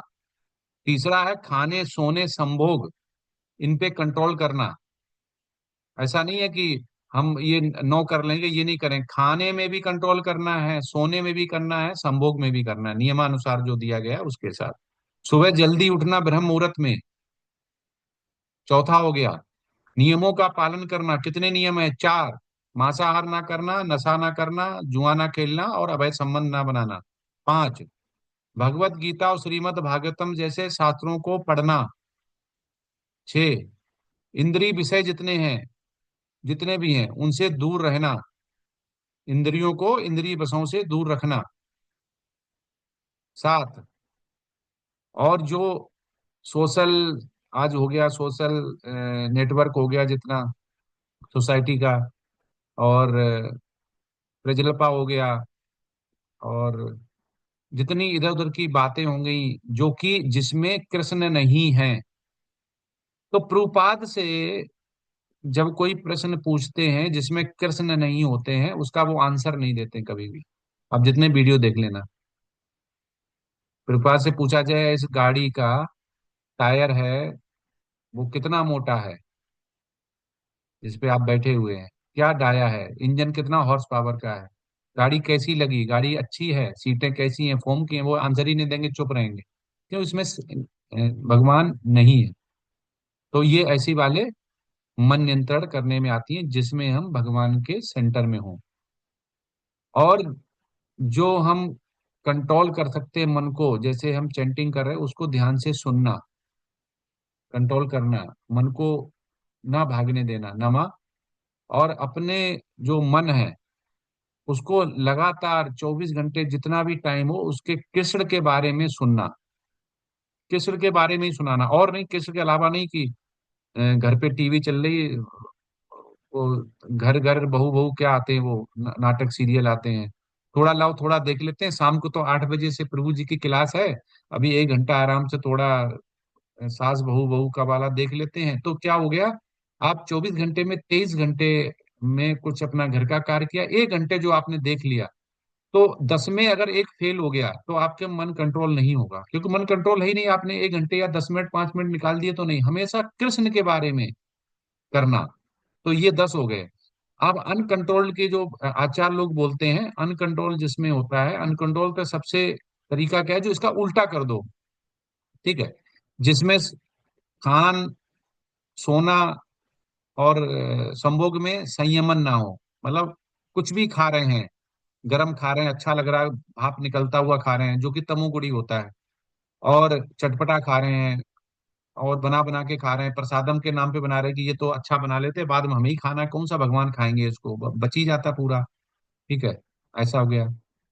ईर्ष्या हो गई, तमोगुण में जितनी हो गई, शराब की दुकान पे जाना, 4 नियम हो गए, ठीक है, और क्रोध हो गया, लोभ हो गया, मोह हो गया, जो मांसाहारी कर रहे हैं, आत्महत्या लोग कर रहे हैं, बलात्कार कर रहे हैं, वैश्यापन बढ़ता जा रहा है, अभी लालच में पैसे कमा रहे हैं, भाई भाई का सगा नहीं है, लोग रिश्वत लेते हैं, ठीक है, देर से उठते हैं, देर से सोते हैं, ठीक है, और अल्कोहलिक हो रहे हैं, सिगरेट बाड़ी पी रहे हैं, ये सारे क्या है? ये मन पे कंट्रोल नहीं है। और जो अल्कोहलिक एडिक्शन होता है, चाहे वो संभोग का हो, चाहे वो खाने का हो, चाहे वो पीने का हो, चाहे वो टेलीविजन देखने का हो, किसी को हो, वो आप मन पे कंट्रोल नहीं, इसीलिए हो रहा है, वो अनकंट्रोल्ड के लक्षण है। तो ये जो 10 बताए हैं, तो ये कंट्रोल और अनकंट्रोल्ड के, एक कंट्रोल कैसे करेंगे, एक कंट्रोल नहीं करेंगे, उसके लक्षण क्या होंगे, वो ये लक्षण बताए गए। आचार्य लोग इन्हीं 10-10 की बातें करते हैं, तो हमें प्रैक्टिकल अप्रोच पे होना चाहिए। ठीक है, तो सभी ने सही बताया, लेकिन समराइज ये था, इन्हें हमें हमेशा याद रखना है, जिससे पहचानने के लिए। और हमें जो बचा पाएगा बहुत जल्दी फास्ट या मन में कंट्रोल रखेगा, वो हमें वैष्णव संग ही रखेगा। तो जितना कोशिश हो वैष्णव के साथ रहें, मंदिर जाएं, भगवान के धाम का, जैसे अभी सोमनाथ द्वारका यात्रा होगी, वहां पे अगर आप सक्षम हैं, भगवान ने आपको दिया हुआ है, अ, अगर फाइनेंशियल हैंग आउट नहीं, तो आपको जरूर जाना चाहिए। ऐसी जगह में बहुत ज्यादा प्रगति होती है। हरे कृष्णा। अब अगली हरे, प्रेजेंटेशन लेते हैं। हाँ प्रभु जी, ग्रुप जी की प्रेजेंटेशन है, अनुराग प्रभु जी है। ग्रुप एफ अपना हैंड होल्ड कर लीजिए, अनुराग प्रभु जी। अनुराग प्रभु जी हैंड रेज कीजिए। हाँ, बना दिया मैंने। जी जी जी।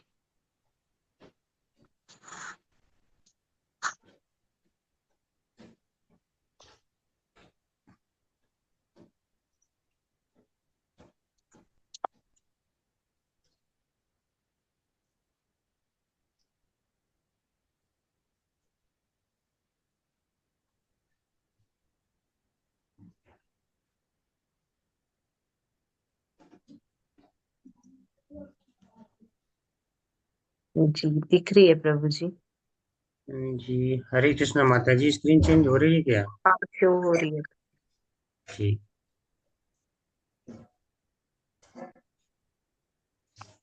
हरे कृष्णा प्रभु जी, हरे कृष्णा माता जी, दंडवत प्रणाम। आज हमारी प्रस्तुति का विषय है योग प्रक्रियाएं और श्रीमद् भगवत गीता के अध्ययन पर आधारित है। हरे कृष्णा प्रभु जी, प्रेजेंटेशन स्टार्ट करने की अनुमति प्रदान करें। Yes yes. हरे कृष्णा, सभी को दंडवत प्रणाम। तो हमारी प्रस्तुति का विषय है योग प्रक्रियाएं, लेवल 4, प्रेजेंटेशन नंबर 13, ग्रुप जी। हरे कृष्ण कृष्ण कृष्ण हरे हरे, हरे राम राम राम हरे हरे।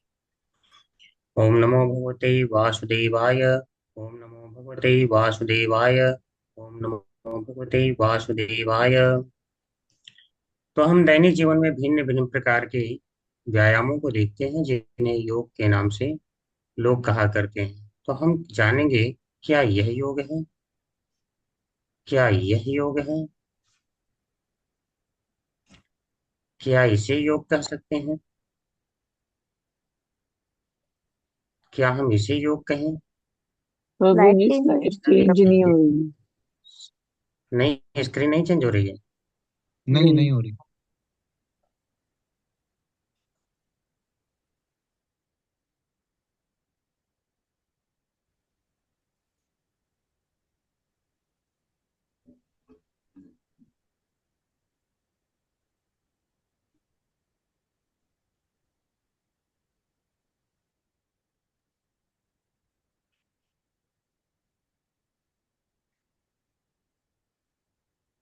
हरे कृष्णा प्रभु जी, अभी स्क्रीन चेंज हो रही है क्या? जी अभी हो रही है। हो रही है ना जी।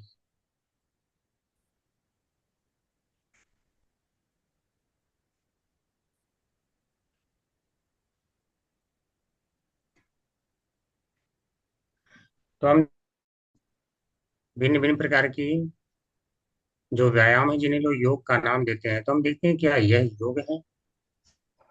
कुछ लोग इसे योग कहते हैं, कुछ लोग इस प्रकार से यातना को भी योग कहते हैं, कुछ लोग इस प्रकार के व्यायाम को भी योग कहते हैं, कुछ लोग इसे योग कहते हैं, कुछ लोग इसे योग कहते हैं। क्या हम इसे योग कह सकते हैं? या इस प्रकार की भिन्न भिन्न पत्रिकाएं आती हैं, क्या हम इन्हें योग का नाम दे सकते हैं?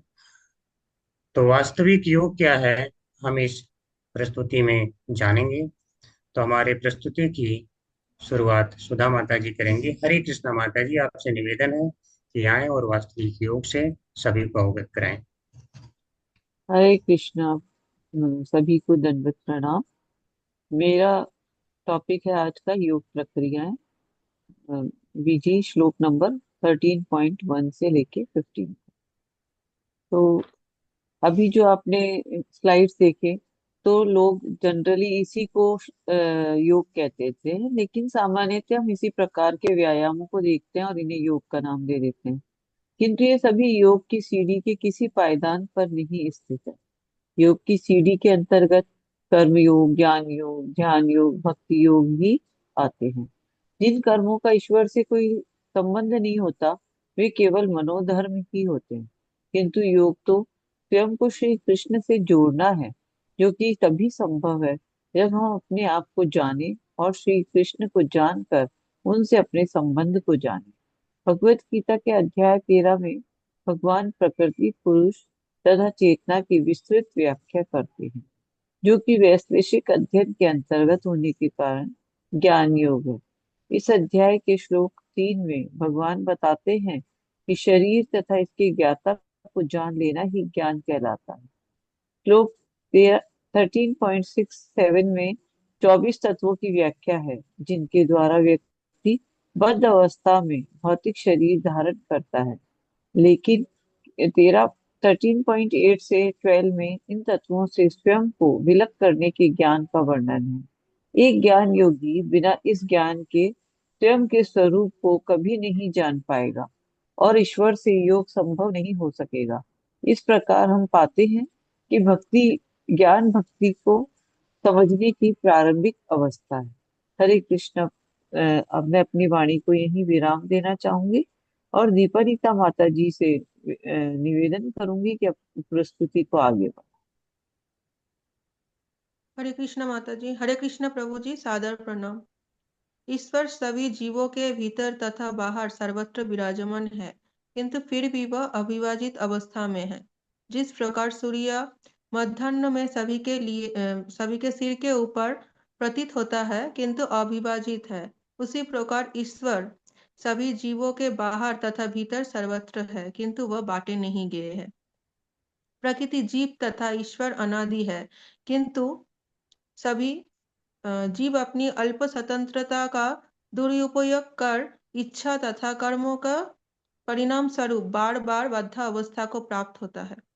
भगवत गीता श्लोक 13.23 से स्पष्ट है कि परमात्मा को पुरुष पर अर्थात दूसरा दिव्य पुरुष से कहा गया है, जो सभी शरीरों का जाता है।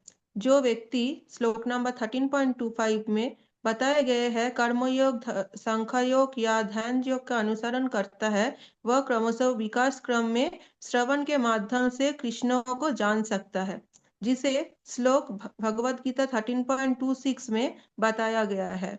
इस व्यक्ति को जन्म तथा मृत्यु के पथ पर बार बार पीड़ित नहीं करते। मैं मेरे वाणी को विराम देते हुए वंदना माता जी को प्रस्तुति को आगे बढ़ाने के लिए अनुरोध करती हूँ। हरे कृष्ण प्रभु जी। धन्यवाद माता जी। हरे कृष्ण प्रभु जी, धन्यवाद प्रणाम सभी को। हरे कृष्णा। भगवत गीता अध्याय 14 के श्लोक नंबर 1 से 19 में योग प्रक्रिया के बारे में हम इस प्रकार प्रकाश डालेंगे। श्लोक क्रमांक 1 से 5 में गुणों की प्रकृति और उनकी उत्पत्ति में भगवान श्री कृष्ण बताते हैं कि समस्त जीव भौतिक प्रकृति के 3 गुण सत्व, रज और तम के अधीन रहते हैं। ये गुण आत्मा को शरीर से बांधने का कार्य करते हैं। 6 में श्लोक में सत्व गुण के बारे में भगवान बताते हैं, सत्व गुण आत्मा को ज्ञान और प्रसन्नता प्रदान करता है। यह व्यक्ति को पुण्य कर्म, शांतिपूर्ण जीवन और आध्यात्मिक उन्नति की ओर ले जाता है, लेकिन यह भी मुक्ति नहीं देता, क्योंकि इससे सुख और ज्ञान का अहंकार उत्पन्न होता है। श्लोक 7 में भगवान बताते हैं रजोगुण जो भौतिक इच्छाओं, वासना और कर्मों में फंसाता है। इससे व्यक्ति में लोभ, कर्म, फल की आसक्ति और चंचलता बनी रहती है। यह व्यक्ति को भक्ति से दूर कर देता है, क्योंकि उसकी तृष्णाएं कभी समाप्त नहीं होती। श्लोक नंबर 8 में तमोगुण के बारे में भगवान बताते हैं कि अज्ञान, आलस्य और प्रमाद को बढ़ाता है। इससे व्यक्ति अज्ञानता, मोह और असंयमित जीवन की ओर आकर्षित होता है, जिससे वह आध्यात्मिक रूप से पतित हो जाता है। गुणों से परे जाने की योग प्रक्रिया। भगवान कहते हैं कि जो व्यक्ति इन तीनों गुणों के प्रभाव को समझता है और स्वयं को उनसे अलग कर लेता है, वही मुक्ति के योग्य होता है। भक्ति योग के माध्यम से इन गुणों से परे जाया जा सकता है और व्यक्ति कृष्ण चेतना प्राप्त कर सकता है। श्लोक क्रमांक 19 के द्वारा निष्कर्ष। श्रील प्रभुपाद के व्याख्या के अनुसार भक्ति योग ही इन 3 गुणों से ऊपर उठने का सर्वोत्तम मार्ग है। जो व्यक्ति कृष्ण की शरण में जाता है वह सत्व रज और तम से मुक्त होकर शुद्ध आध्यात्मिक स्थिति में पहुंच सकता है। अब हम अपनी वाणी को यही विराम देते हुए खुशी माता जी से अनुरोध करेंगे कि प्रेजेंटेशन को आगे बढ़ाएं। हरे कृष्ण सभी को। हरे कृष्ण प्रभु जी।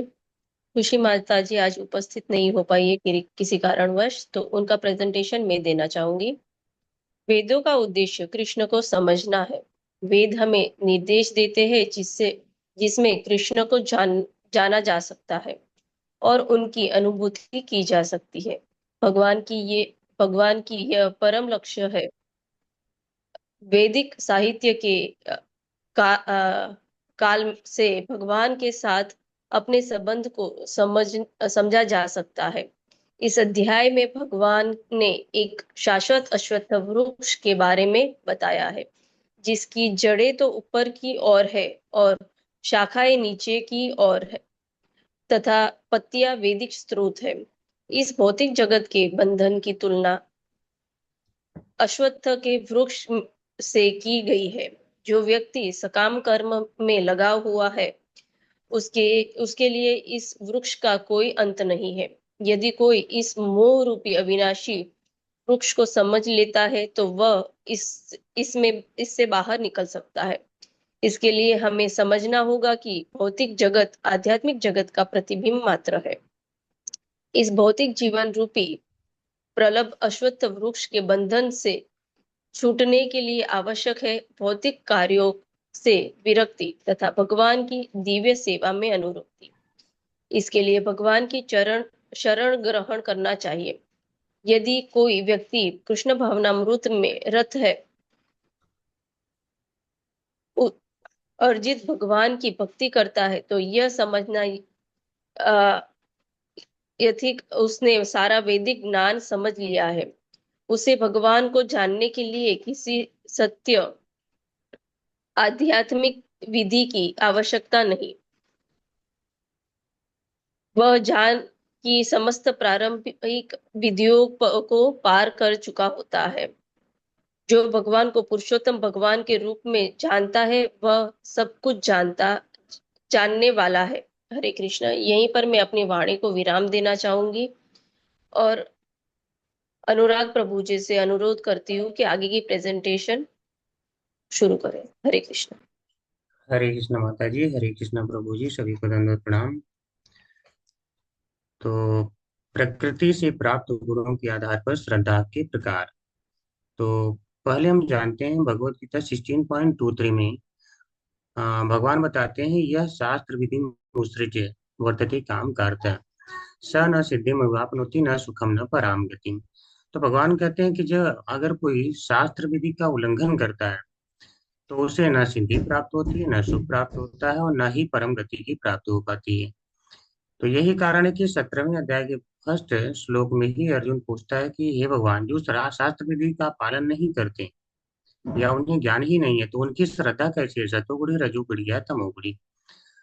तो भगवान इसको बताते हैं कि प्रकृति से प्राप्त गुणों के आधार पर 3 प्रकार की श्रद्धा होती है, लेकिन जो शास्त्र विधि का त्याग करके तप में लगे रहते हैं उन्हें भगवत गीता के 17.5 से 6 में बताते हैं कि वह तान विधि आसुर निश्चयान, उन्हें निश्चय ही आसुरी कहा जाता है। इसके बाद भगवान प्रकृति से प्राप्त गुणों के आधार पर ही भोजन, यज्ञ, तप तथा दान की व्याख्या करते हैं, जिनमें से सतोगुणी आहार, भोज, तप, यज्ञ, दान यह क्रमशः भगवत प्राप्ति की ओर अग्रसर कराते हैं।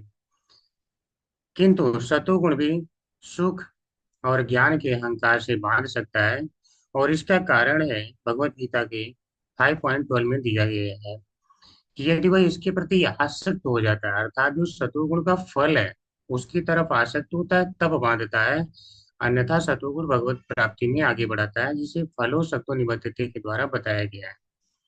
तो इस प्रकार से सतोगुण में यदि व्यक्ति रहे तो धीरे धीरे वह शुद्ध सत्व की तरफ अग्रसर हो सकता है, यदि वह फल में आसक्त नहीं होता है तो।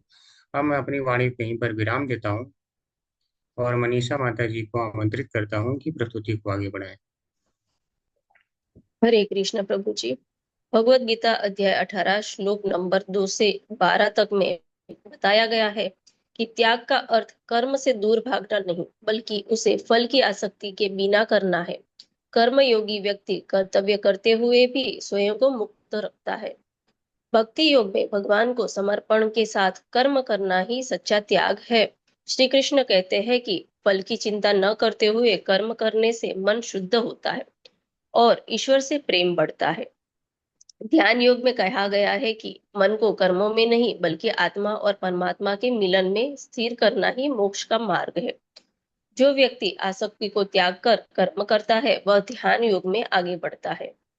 सात्विक त्यागी को सुख दुख लाभ हानि में समान रहना चाहिए।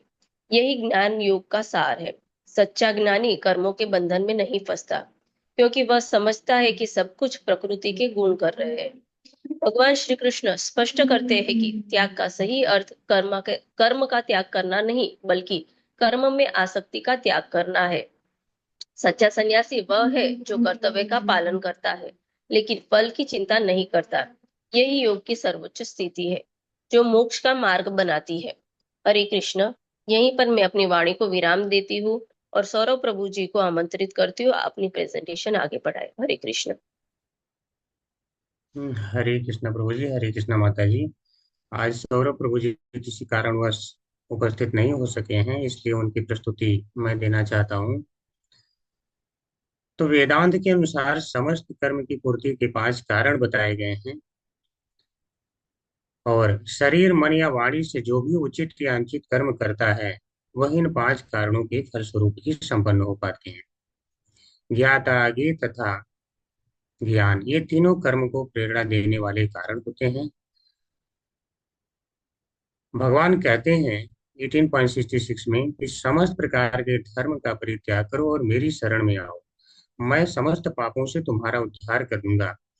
तो इस प्रकार हम देखते हैं कि 18 चैप्टर में पहले कर्म से प्रारंभ करके भगवान ज्ञान को भी बताते हैं और अंत में वास्तविक योग, भगवान के प्रति पूर्ण समर्पण की व्याख्या करते हैं।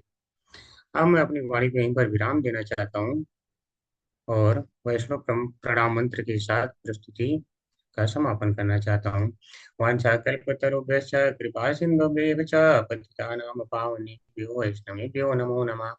हरे कृष्ण कृष्ण कृष्ण हरे हरे, हरे राम राम राम हरे हरे। हरे कृष्णा प्रभु जी, हरे कृष्णा माता जी। हमारी प्रस्तुति यहीं समाप्त होती है। अगर कोई गलती हो तो क्षमा करें और जो भी सुधार हो उसे कृपया मार्गदर्शन करें। हरे कृष्णा। बहुत अच्छी प्रस्तुति और बहुत अच्छा सब्जेक्ट है योगिक, जिसमें कि एक चरण एक सीढ़ी होती है। अगर वो हम जान जाते हैं तो हमारा आध्यात्मिक विकास हो जाता है कि हम कैसे धीमे धीमे कर्म कांड से कर्म योग, ज्ञान योग, ध्यान योग और भक्ति योग की तरफ जाते हैं। तो इसमें दो प्रश्न हैं, बहुत छोटे छोटे हैं कि जैसे कर्म कांड है वो किससे, उसकी क्रिया कहाँ से आती है, तो कर्म कर्म कांड से पे कर्म योग जाते हैं तो क्या और जुड़ जाता है, फिर क्या कॉमन रहता है, ज्ञान योग आता है तो क्या और जुड़ जाता है, क्या कॉमन रहता है, फिर ध्यान योग आता है, फिर भक्ति योग चरण में क्या क्या जुड़ते जाते हैं। और दूसरा प्रश्न ये है कि अगर योग प्रक्रिया में ये हमारा सवाल उठ सकता है कि जैसे हम क्या खोते हैं। जैसे योग प्रक्रिया मान लें कि जैसे अच्छे, जैसे बीजी भगवत गीता 2.50 में आता है कि अच्छे और बुरे कार्य हैं उनके फल को हमें त्यागना पड़ता है, मतलब खो देते हैं जन्म मृत्यु चक्र। तो हम क्या खोते ही खोते हैं या कुछ पाते भी हैं, तो ये दूसरा प्रश्न है कि योगिक प्रक्रिया में हम क्या खोते हैं अगर ढंग से समझे, और क्या हम, भगवान हमें क्या देते हैं, हम पाते क्या हैं, क्या मिलता है। ये दो प्रश्न है।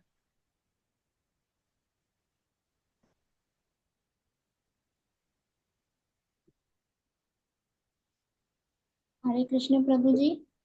यस यस माता जी। प्रभु जी, कर्म योग में बिना फल की इच्छा से जब हम कर्तव्य काम करते हैं तो हमारे कर्म में कुशलता आती है, और भक्ति योग में भगवान में पूर्ण समर्पण और प्रेम के साथ भक्ति करते हैं तो भी कुशलता आती है, और ज्ञान योग में ज्ञान और विवेक के माध्यम से भी हम संसार के मोह माया से छूटते हैं और भगवान की ओर आगे बढ़ते जाते हैं प्रभु जी। उसकी विशेषताएं कहाँ, जैसे फॉर एग्जांपल एक हिंट दे रहे हैं कि कर्म कांड है वो शास्त्र के अनुसार, कर्म कांड होता है जो कि शास्त्र के अनुसार क्रिया करते हैं। मतलब जैसे पंडित हो गया वो अपना कर्म कांड करता है, लेकिन वही वेद शास्त्र है वही हम यूज करते हैं, वही पंडित यूज करता है। तो कर्म योग में क्या कॉमन रहता है ज्ञान योग ध्यान योग में, और कैसे कैसे सीढ़ी आगे बढ़ती है? प्रभु जी तीनों ही, ये तीनों ही कर्म योग, भक्ति योग, ज्ञान योग में तीनों ही मतलब जो विशेष रहते हैं वो भगवान के लिए कर्म किए जाते हैं, भक्ति भी भगवान के लिए और ज्ञान भी भगवान के लिए। तो जो मेन हो गए वो भगवान हो गए। और जो भी कर्म कांड करते हैं, भले ही कुछ भी कहते हैं, जो मतलब सुनते हैं या बोलते हैं, कुछ भी करते हैं तो भगवान के लिए ही कर रहे हैं, कुछ भी मंत्र बोल रहे हैं, सुन रहे हैं, कर रहे हैं, तो कर्म कांड भी हुआ तो भगवान के लिए, तो कहीं ना कहीं भगवान से जोड़ता है वो हमें। तो फिर कर्म कांड को हम देवताओं के लिए क्यों जोड़ा जाता है? गृह प्रवेश करते हैं तो गृह प्रवेश में लक्ष्मी या गणेश पूजन होता है, तो उसमें भगवान कहाँ है? प्रभु जी है ना, इनडायरेक्ट तो है ना, वो डायरेक्ट नहीं है पर इनडायरेक्ट है, तो देवता के द्वारा भगवान गीता जी में कहा है ना उन्हें कि अगर आप भगवान की पूजा करते हो वो भी मुझे ही आती है मिलके लास्ट तो फिर में। माता जी हमें कर्म कांड ही करते रहना चाहिए, फिर तो हम कहीं कर्म ना योग कहीं तो ज्ञान योग कड़ी तो, ध्यान योग भक्ति योग हम कहाँ क्यों जाते हैं फिर? हरे कृष्ण। प्रभु जी वो फिर वो जो राजसी राज, प्रभु जी बोलिए, आप बोल रहे हैं। जी जी। हरे कृष्ण प्रभु जी, कर्म कांड में जैसे शास्त्र के अनुसार हम करते हैं, तो यहाँ पर हमारी इच्छा होती है हमेशा कि हमें कुछ प्राप्त करना है। तो शास्त्र विधि के अनुसार जो है, जैसा पंडित लोग बताते हैं कि यह करने से तो यह चीज प्राप्त हो जाएगा, तो उसके लिए हम करते हैं। तो कहीं ना कहीं प्रेरणा होती है कि हमें कुछ प्राप्त करना है या किसी चीज की निवृत्ति करना है। जैसे किसी से अगर कोई पाप हो जाता है तो उसके लिए कर्म कांड में बहुत सारी विधियां बताई गई हैं, तो निवृत्ति के लिए जाते हैं। तो इसमें यह तो फायदा है कि लोग शास्त्र विधि का पालन कर रहे हैं, अर्थात शास्त्र में जो दिया गया है तो कम से कम उस पर लगे हुए हैं। फिर अगर हम इससे ऊपर उठते हैं तो आता है कर्म योग। कर्म योग में हम धीरे धीरे कर्म जो करते हैं तो उसमें हम क्या है कि अपने फल का त्याग करना शुरू करते हैं, अर्थात शास्त्र विधि के अनुसार चलते हैं, लेकिन हम फल में धीरे धीरे आसक्ति जो है कम करने लगते हैं, अर्थात उसका त्याग हम करते हैं और भगवान के लिए जो है त्याग करने लगते हैं, ताकि हम हर एक कर्म को भगवान से जोड़ने की कोशिश करते हैं। फिर आता है ज्ञान योग। ज्ञान योग में क्या है, व्यक्ति थोड़ा ज्ञान प्राप्त करने की कोशिश करता है। पहले उसकी जिज्ञासा होती है कि आखिर ये सब जो कुछ मैं कर रहा हूँ तो कर ही क्यों रहा हूँ, आखिर इसका क्या कारण है, कुछ होते भी हैं, भगवान होते हैं या नहीं, इससे क्या फायदा है। फिर वह धीरे धीरे ज्ञान के माध्यम से सब कुछ पूर्ण तत्व रूप में समझ लेता है। तो हो सकता है कई जन्म उसे लग जाए कि हाँ कौन भगवान है, इस बात को समझने में मैं कौन हूँ, मेरा भगवान से क्या संबंध है। तो इसमें समय लग सकता है, कई जन्म भी लग सकते हैं, लेकिन फिर इसकी जो वास्तव में अंतिम परिणति होती है वह भगवान के चरण कमलों में जाकर के समाप्त होती है, क्योंकि वो समझ जाता है कि अब कुछ नहीं है, भगवान को प्राप्त करना ही है। जैसा कि भगवान पहले ही कहते हैं कि जो ज्ञान युग है, 5वें अध्याय में भगवान बताते हैं कि जो ज्ञान युग है और जो भक्ति योग है, सांख्य योगो पृथक वाला प्रवदंती न, जो विद्वान है उनको कहते हैं कि जो वास्तव में पंडिता है, यानी जो विद्वान है, वास्तव में सांख्य योग को और भक्ति योग को अलग नहीं बताते हैं, क्योंकि सांख्य योग की भी कई जन्मों के बाद परिणति भक्ति योग में होती है, लेकिन उससे भिन्न भी है, क्योंकि यह उसकी प्रारंभिक अवस्था है। यह वास्तव में अगर कोई इसी पर लगा रहा अंततः, तो वह भगवान धाम तक जो है जाएगा, भक्ति योग पे जाके उसकी परिणति होगी। फिर आता है ध्यान योग, जहाँ पर वह धीरे धीरे निराकार ब्रह्म से वह जान जाता है कि नहीं, ब्रह्म का एक स्वरूप है और वह परमात्मा स्वरूप है। वह परमात्मा पे अपने ध्यान को केंद्रित करने लगता है और वह जो है उनको प्राप्त करने की, उनकी सेवा करने की, उनकी जो है भिन्न प्रकार से या अष्टांग योग के माध्यम से ध्यान करता है।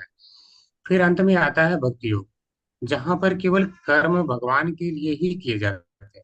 जैसे अगर मंदिर में व्यक्ति जाता है तो वहां जो है भगवान के लिए जो सेवाएं करता है, या शास्त्र वितरण में जाता है तो भगवान के लिए ही सेवाएं कर रहा है, तो वह सारे के सारे कर्म केवल भगवान के लिए ही करने लगता है, तो वह पूर्ण रूप से भक्ति योग हो जाता है।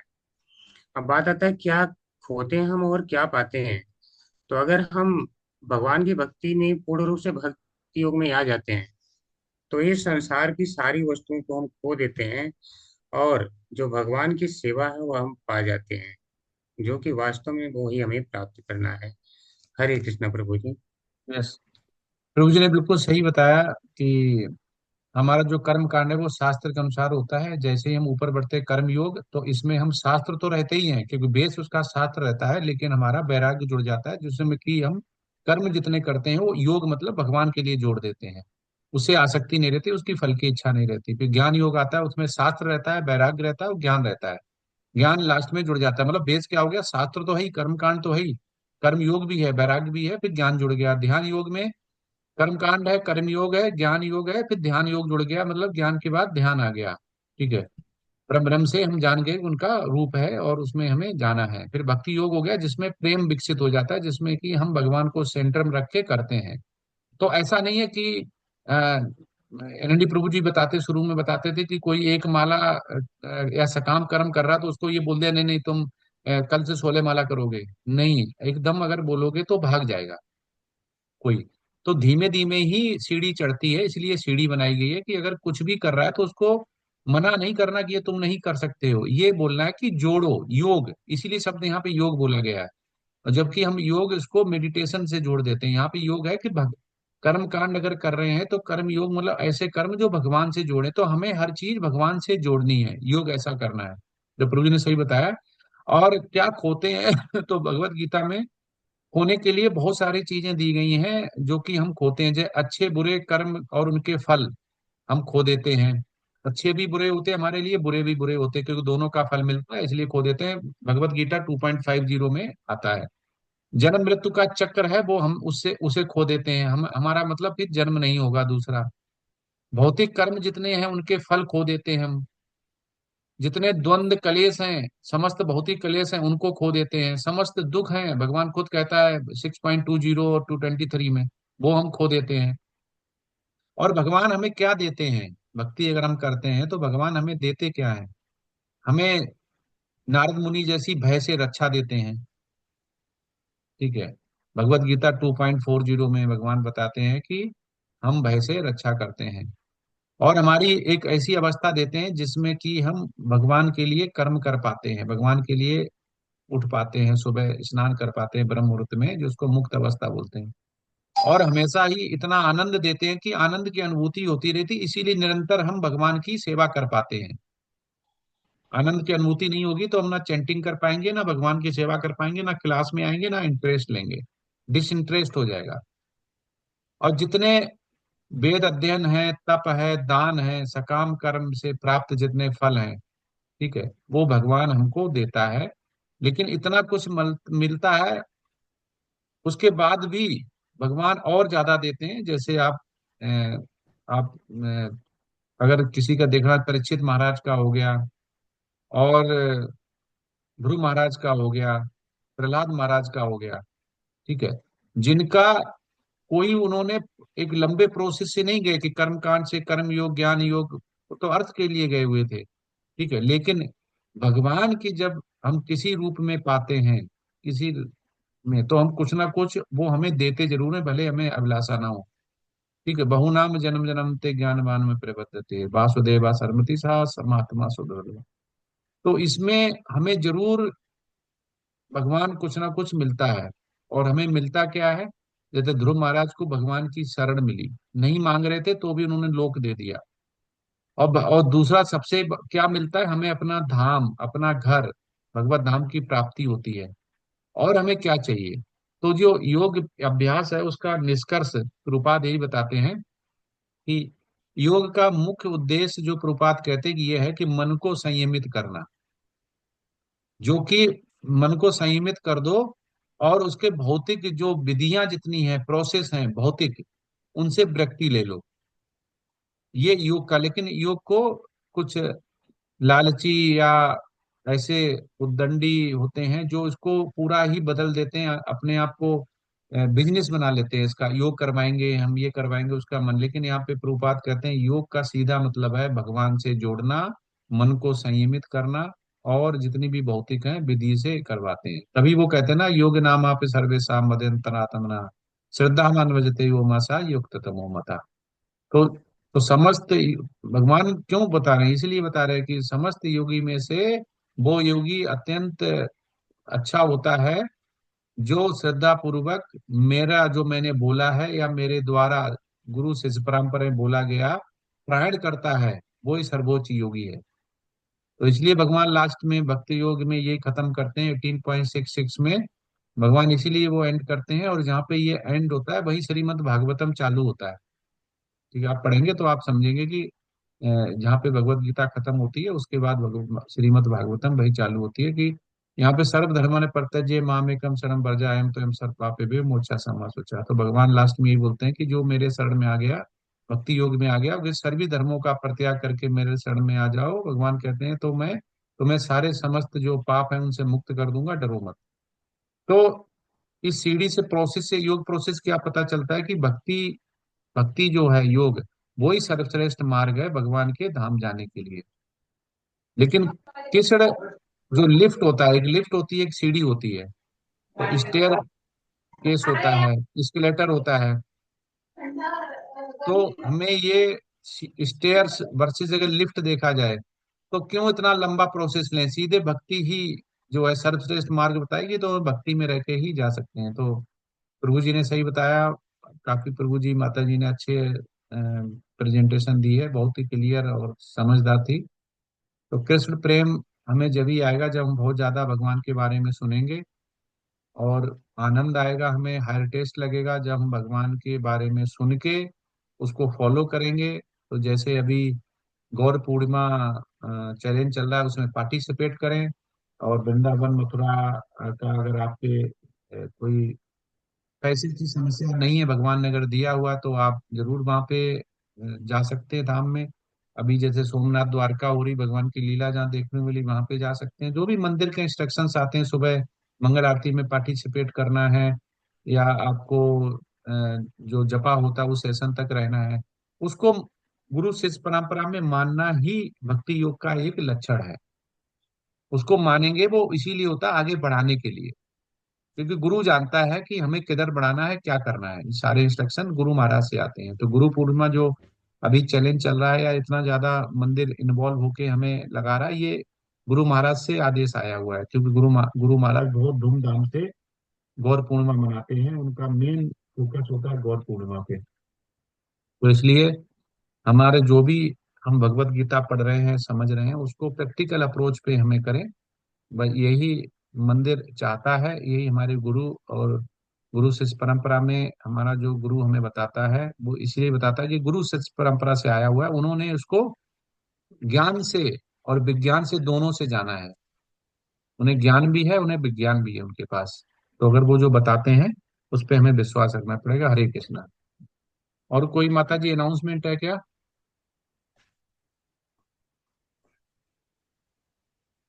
सुमध्या माता जी। हरे कृष्णा प्रभु जी, अनाउंसमेंट तो कुछ नहीं है प्रभु जी अभी। बस यही है गौर पूर्णिमा में सबकी अटेंडेंस हो, लेवल 4 से ज्यादा पार्टिसिपेशन हो। हाँ, काफी लोग हैं इसमें, हिंदी में तो अपना सभी लोग आएंगे तो वहां पे बहुत ज्यादा देखो, जी भगवान को तो देखा नहीं, खुश होंगे या नहीं होंगे, लेकिन गुरु अगर खुश हो गया तो सभी खुश। नंदी प्रभु जी अगर खुश हो गए समझो भगवान खुश हो गया। प्रभु जी, तो श्री माता जी के। जी जी जी। ज्यादा जितने भी हैं मैक्सिमम पार्टिसिपेट, अभी लास्ट डे है कल, तो सभी लोग आ जाएं। और 4:30 बजे से कनेक्ट होके जब तक आप रह सकते हैं जपा तक, तब तक रहें। और संडे भी है कल, लास्ट डे भी है, 5th डे है कल चैलेंज का।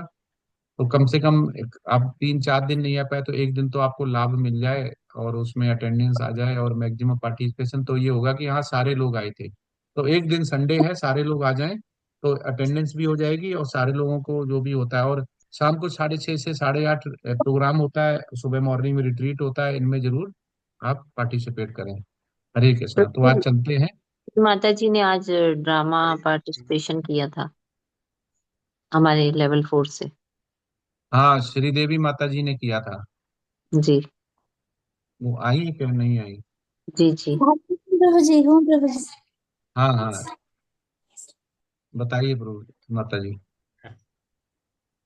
हरे कृष्ण प्रभु जी। हाँ यस। धन्यवाद प्रणाम। कह रहे प्रभु बताइए आपने क्या किया था, सब थोड़ा सा। जी, वो पूर्णिमा के लिए मैसेज किया था कि पास टाइम ऑफ गौरांग चैतन्य प्रभु के कुछ कुछ ऐसे मतलब शॉर्ट ड्रामास होंगे, तो उसमें गुरु की कृपा से वो एक्ट करने के लिए मिला था। तो ऐसे ही मुझे सची माता का रोल मिला था एक में, फिर और एक में वो डेमीगॉड वर्सी वाला पार्ट किए, और एक लेपर सिक्योर वाला पार्ट किए। और गौरंग चैलेंज, जो गौर पूर्णिमा वाली चैलेंज बहुत अच्छी है, क्योंकि हर रोज हमें कुछ ना कुछ पढ़ने के लिए दिया गया है, और शाम के रिट्रीट क्लास के बाद माता जी क्विज लेती हैं, तो वो सेशन बहुत अच्छा रहता है। वो हम लोग डे वाइज मतलब डे टाइम में जो पढ़ते हैं उसी का क्वेश्चन ऐसे ही बोधयंता परस्परम डिस्कशन ही होता है, क्विज होता है, तो कुछ हम लोग आंसर देते हैं, फिर डिस्कशन होता है, उसी के ऊपर क्वेश्चन करते हैं। तो बहुत अच्छा लग रहा है प्रभु जी। हरि बोल। हाँ यस, देखा था मैंने। हाँ यस हरे माता जी। कृष्णा प्रभु जी, कुछ प्रश्न हाँ यस। हाँ आज यस यस गुरु प्रेजेंटेशन जी। से संबंधित है। जैसे भगवद गीता का जो 17.4 नंबर श्लोक है, जहाँ पे अजंते सात्विका दीवान से बताया गया है कि मतलब यक्ष राय और राक्षस की पूजा जो रजोगुड़ी करते हैं, प्रेत और भूतों की पूजा तमोगुड़ी करते हैं। तो मेरा छोटा सा इसमें था कि जो प्रेत हैं और भूत हैं, इनमें अंतर क्या है, और जो पितर हैं, इन तीनों में क्या अंतर हो जाता है? प्रेत, भूत और पितर, इनमें से जो पितर की पूजा फिर किसके अंतर्गत आएगी? पितर जो आते हैं, जैसे हमारे जो पूर्वज हो गए, हमारे जो जेनेसिटी में आते हैं, उनको हम पितर बोलते हैं कि पितर को जाएंगे। तो जैसे हमें डराया जाता है कि पितर की पूजा मतलब जो हम नहीं गया जाते हैं कि पितर की पूजा करने के लिए गया जाते हैं। तो हमारे जो जेनेसिटी में आते हैं, मतलब हमारे जो सीरियल में आते हैं कि हमारे मदर मतलब हमारे मदर फादर हो गए, फादर के फादर हो गए, फादर हो गए, उनको पितर लोक में बोला जाता है, जो कि हम उनका करेंगे तो माना जाएगा। और जिसका कहते हैं कि आचार्य लोग बोलते हैं कि जैसे उनका कोई अब वो पितर हो गए, वो भूत प्रेत से अलग हो गए, क्योंकि वो तो उनका तो कहीं न कहीं जन्म हो चुका है या तो जन्म नहीं हुआ, वो हमें नहीं पता है कि वो निकल चुके हैं उससे नहीं निकल चुके, लेकिन वो पितर की शुद्धि के लिए बोलते हैं कि जिन्होंने पूरा जन्म होके लेके अपनी नेचुरल डेथ हुई है और वो मरे हैं, और उनका पितर देके बोला जाता है कि उनका भी एक अलग से लोक है, और उनको हमें उनके लिए हमें करना है। लेकिन जो असमय मृत्यु जैसे बोलते हैं कि असमय मृत्यु होगी, जिनको एक पीरियड होता है 1 साल का, जब हमारा सूक्ष्म रूप है जब यहाँ से ट्रेवल करता है, तो एक जो बोले 13 दिन जैसे यहाँ रहता है, उसके बाद 1 साल बाद, आज जो हमने सुना हुआ है इस्कॉन के आचार से, कि हमारा 1 साल तक निर्णय होता है, और 1 साल तक हमारे पास ग्रेस पीरियड होता है। उस पीरियड में जिसको ग्रेस पीरियड में कोई दूसरा देहांतरण जैसे हुआ था नहीं मिलता है, तो उस पीरियड में जो रहता है उसको भूत या प्रेत में योनि में रखते हैं, जब तक उसका रूपांतरण देहांतरण नहीं हुआ, कोई बॉडी उसे नहीं मिली उसके कर्मों के हिसाब से, या कुछ उसने ऐसे कर्म किए हैं जो कि वो उसको ग्रेस पीरियड में डाला गया।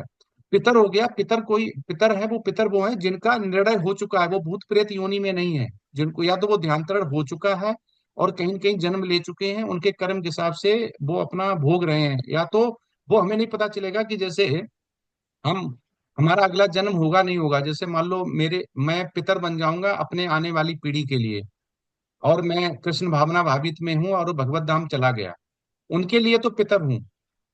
लेकिन वो पितर की जो जैसा लिखा हुआ वैसा करते रहेंगे, वो अब हमें तो भोगना नहीं, हमें लेना नहीं, क्योंकि हम तो भगवत धाम में हैं, तो हमें वहां पे फायदा नहीं होगा। लेकिन हमारा अगर जन्म हुआ और हमारे लिए कुछ कर्म करते हैं वो ऐसा, ठीक है, पिता जैसे जैसे गौरांग प्रभु जी बोलते हैं, गौरांग दास प्रभु जी, कि एक बार वो कीर्तन कर रहे थे, तो उनके रिलेटिव आए हुए थे, तो बोले कि अरे क्या बाबा बन गए, गौरांग दास प्रभु जी की बता रहे, तो उन्होंने उसी कथा में ये बोला कि जो हरे कृष्ण महामंत्र करता है और वैष्णव बनता है, उसकी 21 पीढ़ियां सुधर जाती हैं। तो जो लोग नेगेटिव बोल रहे थे वही बाद में आके, अरे प्रभु जी करते रहना, छोड़ना मत। तो इसके मतलब क्या हुआ कि वो पितर वाला हो गया, कि अब वो कह रहे छोड़ना मत, पहले कह रहे बाबा बन गए, कह रहे अब छोड़ना मत। तो जो प्रभु जी जिसका शरीर का निश्चित हो गया, जो ग्रेस पीरियड में नहीं है, जिसने ट्रेवल करके अपना रूप ले लिया किसी न किसी फॉर्म में, वो आते हैं पितर में। और जी जो जिसका ग्रेस पीरियड है, जिसकी अभी अवधि या जिसको पूरा दिया नहीं गया, जिसका निर्णय नहीं हुआ, वो भूत प्रेत में रहते हैं, ऐसा जो मुझे पता है प्रभु जी। तो क्या भूत और प्रेत में कोई अंतर होता है या दोनों एक ही है? प्रभु जैसे जी यहाँ इतना दोनों मैंने दोनों मैंने मैंने ऐसा अंतर तो नहीं सुना है कि अलग अलग होते हैं या नहीं होते, मैंने ऐसा सुना नहीं है कई ढंग से। चलिए इतने ठीक। पितर और भूत प्रेत में सुना है। कोई बात नहीं, दोनों शब्द एक साथ आए थे इसलिए मैंने पूछ लिया। दूसरा प्रभु जी ये है, जैसे हम तो अभी तक जितनी श्रद्धा देखी है सारा पूजा के आधार पे बता रहे हैं, इसकी सतोगुड़ी है रजोगुड़ी है, जो जिसकी पूजा कर रहा है। अब ये प्रश्न ये आता है कि कोई अगर जो पूजा ही नहीं कर रहा है तो उसकी हम श्रद्धा क्या कहेंगे, मतलब वो क्या है, उस व्यक्ति को हम तो क्या कहेंगे, रजोगुड़ी है तमोगुड़ी सतोगुड़ी है क्या वो? देखो प्रभु जी इसीलिए बोला कि मलेच्छ, यावन और चांडाल तीन योनियां इसके नीचे होती हैं जो दबी पड़ी हैं। ठीक है। हमारा कहाँ से चलता है, हम वैष्णव हो गए, उसके बाद हम उसके हिसाब चलते हैं, जो आचार्य लोग बोलते हैं कि ये किस योनि में आते हैं, तमोगुड़ी। तमोगुड़ी से ऊपर नहीं होते, तमोगुड़ी के नीचे भी इसके एक प्रकार है जिसमें कि मलेच्छ, यावन और चांडाल आते हैं। चांडाल सबसे नीचे योनि की है। ठीक है, तो आप उसमें गिन सकते हैं। लेकिन जैसे वैष्णव हो गया उसको अलग अलग, जैसे क्षत्रिय हो गया, फिर वैष्णव, ब्राह्मण हो गया, फिर वैष्णव क्षत्रिय हो गया, फिर वैष्णव, वो अरे क्षत्रिय वैष्णव क्या बोलते हैं उसको, वैश्य। वैश्य हो गया, फिर शूद्र हो गया, शूद्र के नीचे फिर मलच्छ हो गया, यावन हो गया, फिर उसके बाद चांडाल हो गया। तो ये एक जो सेवन कुछ भी चांदा लाल। किधर भी नहीं करते रहेंगे तो तमोगुण में ही। तो तमोगुण में भी नीचे कैटेगरी है 1 2 3। तमोगुणी तो वो है ही, गुण तो ठीक नहीं है बदल जाता तमोगुणी में। तमोगुणी में जो कैटेगरी है, वो तीन जो कैटेगरी रखी वो सबसे निम्न वाले हैं तमोगुणी में, जी जिसमें प्रभु कि जी, ये तो ठीक है, ये वाला तो ठीक है, समझ में आ गया है कि वो नीचे हैं तो, लेकिन वो तमोगुण भी कुछ न कुछ पूजा करते हैं, जो यवन होते हैं चांडाल होते हैं, ये भी भूत प्रेतों की करते रहते हैं। कहीं किसी ब्रिज पे कुछ पता चल जाए है तो वहां जाके लगते हैं पूजने की, इससे कुछ फायदा होने वाला है, इनको बस ऐसा आभास हो जाए तो वो करते हैं। अब जैसे कोई, मेरा कहने का तात्पर्य मान लीजिए वैज्ञानिक है, लेकिन वो कोई हम्म। पूजा पाठ नहीं करता, अच्छा जीवन व्यतीत कर रहा है, खा अच्छा रहा है, उसे पता है कि ये मुझे नुकसान करेगा तो ऐसा भोजन खाएगा नहीं, ना तो रजोगुड़ी वाला खाएगा ना तो तमोगुड़ी वाला खाएगा। तो फिर खा भी अच्छा रहा है, रह भी अच्छे से रहा है, किसी को नुकसान नहीं पहुंचा रहा है, तो ऐसे व्यक्तियों को हम किस में मानेंगे, ये कैसा व्यक्ति है? देखो प्रभु जी, आप खुद ही कैटेगरी कर रहे हो कि वो ऑटोमेटिक, हम जो लक्षण बताए ये रजोगुणी के लक्षण है। जो भी आपने बताया कि वो सकाम कर्म कर रहा है लेकिन वो भगवान को पूज नहीं रही, वो साइंटिस्ट है। हाँ, साइंटिस्ट क्या करता नहीं है, रहा। साइंटिस्ट, हाँ साइंटिस्ट है। साइंटिस्ट क्या करता है, वो साइंस को मानता है। ठीक है। और रिसर्च क्या होती है, रिसर्च जो पहले से है उसको सर्च करना। साइंटिस्ट क्या करता है, रिसर्च करता है, हर चीज के आगे रिसर्च लगा होता है। वो कोई नई चीज सर्च नहीं करता। उसे ये तो पता है कि हम हमारे इस पूरे ब्रह्मांड में कुछ ना कुछ है, कोई न कोई शक्ति है, लेकिन वो अपने साइंस के माध्यम से मानता नहीं है।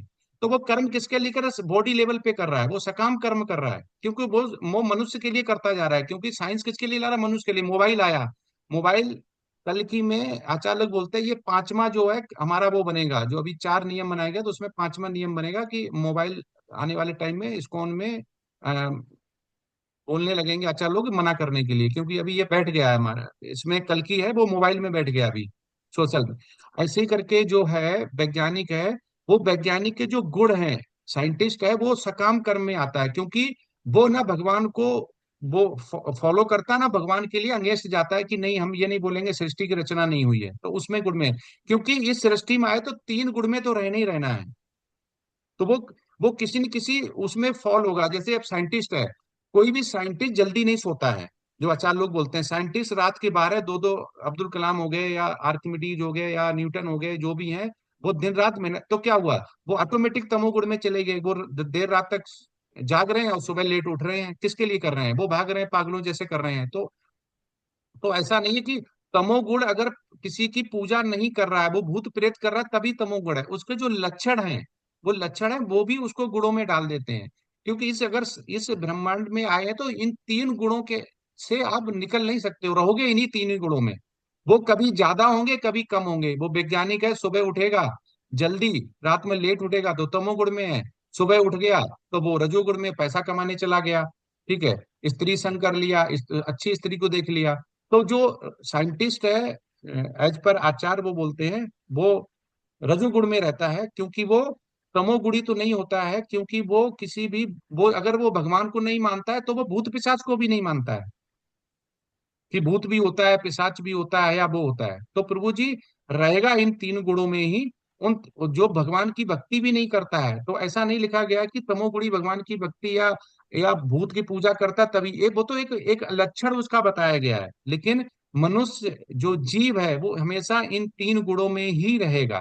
वो या तो तमोगुण में होगा या सतोगुण में होगा। उसके और सारे जब लक्षण पता चलेंगे तभी रहेंगे, इसके अलावा कोई चौथा गुण नहीं बताया गया है। तो शुद्ध सतोगुण है केवल।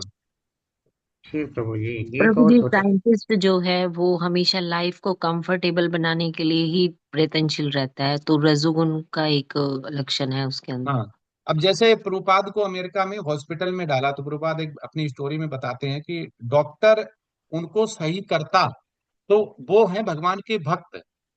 प्रभुपाद उनकी ट्रीटमेंट कर रहा है तो सेंटर में प्रभुपाद के भगवान है, तो अगर वो भगवान के भक्त की भक्ति कर रहा है या उनको सही कर रहा है तो उसको डायरेक्ट फल मिल रहा है। वो जबकि है रजोगुण में, लेकिन उसको किसके लिए कर रहा है, वो डायरेक्ट नहीं कर रहा है लेकिन इनडायरेक्ट कर रहा है। तो ऐसे ही अगर कोई साइंटिस्ट किसी मनुष्य, जैसे हम आज भगवान से इस लैपटॉप और ये नेटवर्क के माध्यम से मिल पा रहे हैं, तो ये उक्ता वैराग्य हो गया कि भगवान ने जो दिया है वो भगवान के लिए यूज करना। तो उस वैज्ञानिक ने किसी न किसी रूप में भगवान के लिए, क्योंकि स्मृति कौन दे रहा है, स्मृति विस्मृति सब भगवान ही दे रहा है। वो साइंटिस्ट को भी स्मृति भगवान ने दी हुई है। उसके अलावा कि मोबाइल बनाना है, नेटवर्क देना है, ये सब पहले से निर्धारित। ये सोचे कोई कि मैंने किया है, जो कोई वैज्ञानिक सोचे मैंने किया, वो बहुत बड़ा बेवकूफ है, प्रभुपाद कहते हैं। ये सब भगवान की वजह से हो रहा है, भगवान ने दिया है। तो यही तो सकाम कर्म और वैष्णव में एक फल है, एक वृक्ष है। उस वृक्ष में पानी दिया कि इसको मैं, एक दिन फल आएंगे मैं खाऊंगा। तो अब जो अच्युत प्रभु जी ने पूछा उसका उदाहरण जो दूसरी तरह से सिंपल समझाएं, कि जो आचार्य लोग बताते हैं, एक फल मेरे बाउंड्री में दीवार हमने उठाई, घर बनाया, उसके अंदर आ गया, पहले वो बाहर था। अब मैंने पानी लगाया उसमें, उसमें फल निकला, बोला मैं मालिक हूं, मैं खाऊंगा। ठीक है। अब एक फल है, पहले बाहर था लेकिन जब घर बना उसकी बाउंड्री के अंदर आ गया, वो कहता है हरे कृष्ण कृष्ण, ये भगवान का है, भगवान को भोग लगाएंगे। सेम चीज है, लेकिन दोनों के गुण अलग अलग हैं। एक कह रहा है कि मैं खाऊंगा क्योंकि फल की इच्छा कर रहा है वो, और ये कह रहा है कि नहीं, हरे कृष्ण महामंत्र जप कर रहा है, फल को भी सुना रहा है, और कह रहा है ये भगवान का मिला हुआ है, भगवान। क्योंकि जो ईंट है, जमीन है, हमारा शरीर है, पंखा है, कूलर है, बिजली है, ये सब भगवान की दी हुई है। हम ईंट कहाँ से लाते हैं, जमीन से, मिट्टी से तो निकालते हैं। मिट्टी किसने दी, भगवान ने। कोई पैदा थोड़ी करी, कोई चीज पैदा नहीं हो रही है। सब एक एनर्जी को दूसरी एनर्जी में कन्वर्ट कर रहे हैं हम केवल। कोई नहीं हुई, ईंट भी बनी है, सोना भी निकला, कोई सोना पैदा होता है, कोई सोना तो जमीन से निकालते हैं ना।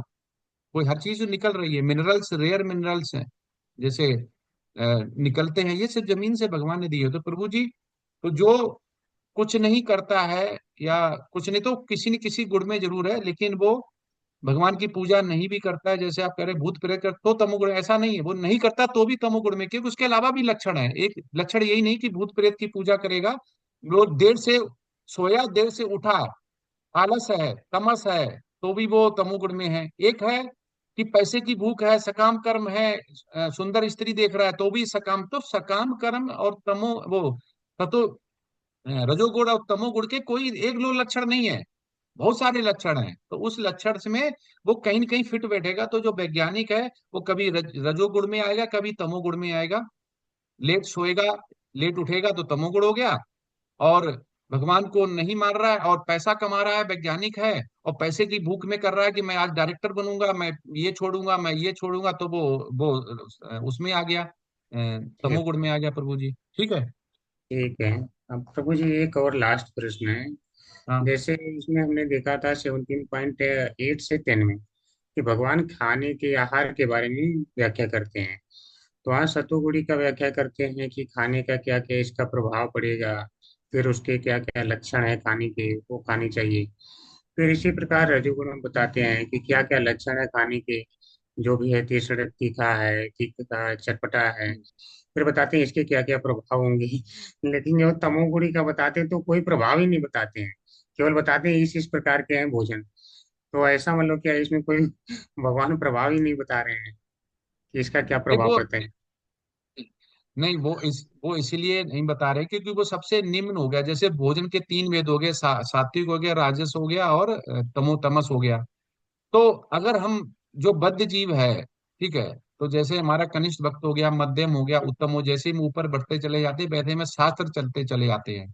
तो ऐसे ही, क्योंकि वो उसका जब बताएगा वो तो कुछ भी, जो तमोगुणी है वो उसका कोई टाइम नहीं, कोई पीरियड नहीं, कोई खचकाने की नहीं है कुछ में उसकी कोई कोटि नहीं है। मतलब रजो या तमोगुण में जो संपन्न होते हैं उनकी वो निम्न कोटि के होते हैं, ऐसा आचार्य लोग बोलते हैं। जो रजो में है तमोगुण में होता है। तो ओम तत्व सत्य जो शब्द है वो भगवान के लिए लिया गया, लेकिन इनके लिए ना ओम पता है, ना उन्हें तत् पता है, ना उन्हें सत पता है, उन्हें कुछ भी नहीं पता। उनके लिए सब कुछ एक ही जैसा, गधा घोड़ा जैसे बोलते हैं ना, सब एक ही लिए बंद। तो इसलिए उनका ज्यादा यहाँ पे जो मुझे लग रहा है कि इसीलिए नहीं बोला गया है, क्योंकि हमें हमारा हमारा क्या है कि हम अगर इतना, हमें भगवान ने इंटेलेक्चुअल दिया, हमें बुद्धि दी, और 84 लाख यूनियों से क्रॉस करके आए हैं, तो हमें ये समझ में आना चाहिए कि हमें करना क्या है। तो इसलिए उनका खाने का जैसे जो तमोगुड़ी के खाने के बारे में भी जो बताते हैं कि जैसे वो बहुत ज्यादा रखा हुआ, जो बहुत ज्यादा बासा है, फ्रिज में रखा हुआ है, फ्रीजर में रखा हुआ, 3 घंटे से ऊपर हो गया,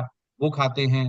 ठीक है, उनको भी जो आचार लोग हैं फिर वो डिटेल में बताते हैं, लेकिन कुछ ऐसा डिटेल में कि जैसे भगवान के मंदिर में भोजन पकाया और उनको सहायता करी है, खाया, तो वो सीधा ही सतोगुण में चला गया। ठीक है, रजोगुणी हो गया कि हम जो रजोगुणी के तत्व के हिसाब से बताया गया वो खाया, तमोगुणी का भी भोजन है उसमें बताया खाया। लेकिन डिटेल क्या होता है, डिटेल जब हम आचार्यों से सुनते हैं तब वो बताते हैं कि उनके पास पूरा विज्ञान होता है प्रभु जी। तो इसलिए हमें ज्यादा किसमें क्या करना है, हमें उसमें डिटेल में ना जाके हमें ये देखना है कि हमें क्या करना है, हमें किससे बचना चाहिए, क्या नहीं बचना चाहिए। इसलिए नहीं दिया हुआ क्योंकि हम ज्ञान अर्जित करते रहे और आगे नहीं बढ़ पाए, तो इसलिए हमें जो लगता है कि ज्यादा डिटेल में प्रभुपाद ने इसीलिए नहीं रखा होगा कि हमें तो केवल प्रसाद ग्रहण करना है, भोग अर्पित करना है, भोजन बनाना है, भोजन अर्पित करना है, प्रसाद ग्रहण करना है। क्योंकि प्रभुपाद इस चीज से बचते हैं बहुत ज्यादा, जिसमें कृष्ण का क्वेश्चन कोई पूछा जाता है उसमें कृष्ण नहीं आए तो वो उसका आंसर नहीं देते। हो सकता है यही पीछे रहा हो कि उन्होंने ज्यादा डिटेल में नहीं लिखा हो कि भगवान इसमें नहीं है। जिसमें भगवान होते हैं उसमें वो ज्यादा डिटेल में लिखते हैं या ज्यादा करते हैं, जो मुझे लग रहा है ऐसा, इसलिए ऐसा किया होगा। ठीक है प्रभु जी। हरे कृष्णा प्रभु जी, धन्यवाद। हरे कृष्ण। हरे कृष्ण प्रभु जी। हरे कृष्ण। प्रभु जी, एक मतलब मेरा प्रश्न नहीं है, एक जनरल मैं मतलब अपनी ऑब्जर्वेशन ये देना चाह रहा हूँ कि जैसे मुझे लगता है कि हमें जो अपनी एक धारणा है कि जो साइंटिस्ट होता है वो पूजा नहीं करता या भगवान को नहीं मानता या नास्तिक होता है, उसको चेंज करने की जरूरत है। क्योंकि मैं स्वयं एक साइंटिस्ट हूँ और कम से कम 2 से 2,500 साइंटिस्ट को जानता हूँ पूरे संसार में, जो किसी ना किसी रूप में भगवान से जुड़े हुए हैं और भगवान को मानते हैं या सतोगुण में रहते हैं। और मेरा ये भी मानना है, मेरा अपना एक्सपीरियंस है कि वही साइंटिस्ट जो सतोगुण में है और जो भगवान कृष्ण की सेवा में लगे हैं, वही जो है वैज्ञानिक प्रोफेशन में भी कामयाब है। तो जैसे मैं ये क्लासेस रेगुलरली अटेंड करता हूँ, भक्ति वृक्ष की क्लासेस भी अटेंड करता हूँ, भगवत गीता क्लासेस भी अटेंड करता मद भागवतम क्लासेस भी अटेंड करता हूँ। तो मुझे लगता है कि जो एक जनरल धारणा है कि वैज्ञानिक जो है वो अक्सर रजोगुण या तमोगुण में रहता है, उसे चेंज करने की जरूरत है। हरे कृष्ण प्रभु जी। नहीं प्रभु जी, बिल्कुल सही बोला। इसीलिए मैंने बोला कि उसको डिपेंड करता है उसके लक्षण उस समय क्या है, इसलिए तो हमने उसको पूरा कंप्लीट नहीं किया। क्योंकि जब जो जितने साइंटिस्ट हैं, जितने के पास भगवत गीता रहती थी, तो भगवत गीता से तो बहुत से वैज्ञानिकों ने भगवत गीता को माध्यम बना के ही आगे गए हैं, रखा है। तो साइंटिस्ट जरूरी नहीं है कि वो भी एक ह्यूमन बीइंग है, वो भी एक मनुष्य है, जीव है, उसके भी इंटेलेक्चुअल है। तो बहुत से वैज्ञानिक, जैसे इंडिया में इसरो है, हमारी सारी पूजा पाठ करते हैं, बहुत से भगवान को मानते हैं, तभी हम लोग सफल हो पाते हैं, ऊपर जाते हैं। ठीक है, चाहे वो क्रिश्चियनिटी हो गया, चाहे वो अमेरिका हो गया, यूएसएसआर हो गया, कोई भी है, वो भी अपने अपने जो भी उनके गॉड्स मानते हैं, जिसको वो मानते हैं, उनकी वो पूजा अर्चना वो विश्वास करते हैं, सारे साइंटिस्ट करते हैं। अपना इसरो तो पूरा ही मंगलयान जब भेजा है तो उसके पहले पूजा अर्चना की, सब कुछ की, चलो मानते वो भी हैं। लेकिन ये है कि चाहे नॉर्मल आदमी हम लोग हुए, चाहे साइंटिस्ट हुए, हर सबका गुण अलग अलग है, और वो गुण उसके जो विशेषताएं हैं, लक्षण उनके हिसाब से बदलता रहता है। तो सारे वैज्ञानिक भगवान को नहीं मानते ये भी गलत है, और सारे वैज्ञानिक भगवान को मानते हैं ये भी गलत है। दोनों चीजें हैं प्रभु जी। जी हरे कृष्णा प्रभु जी। हरे कृष्णा। तो चलते हैं आज।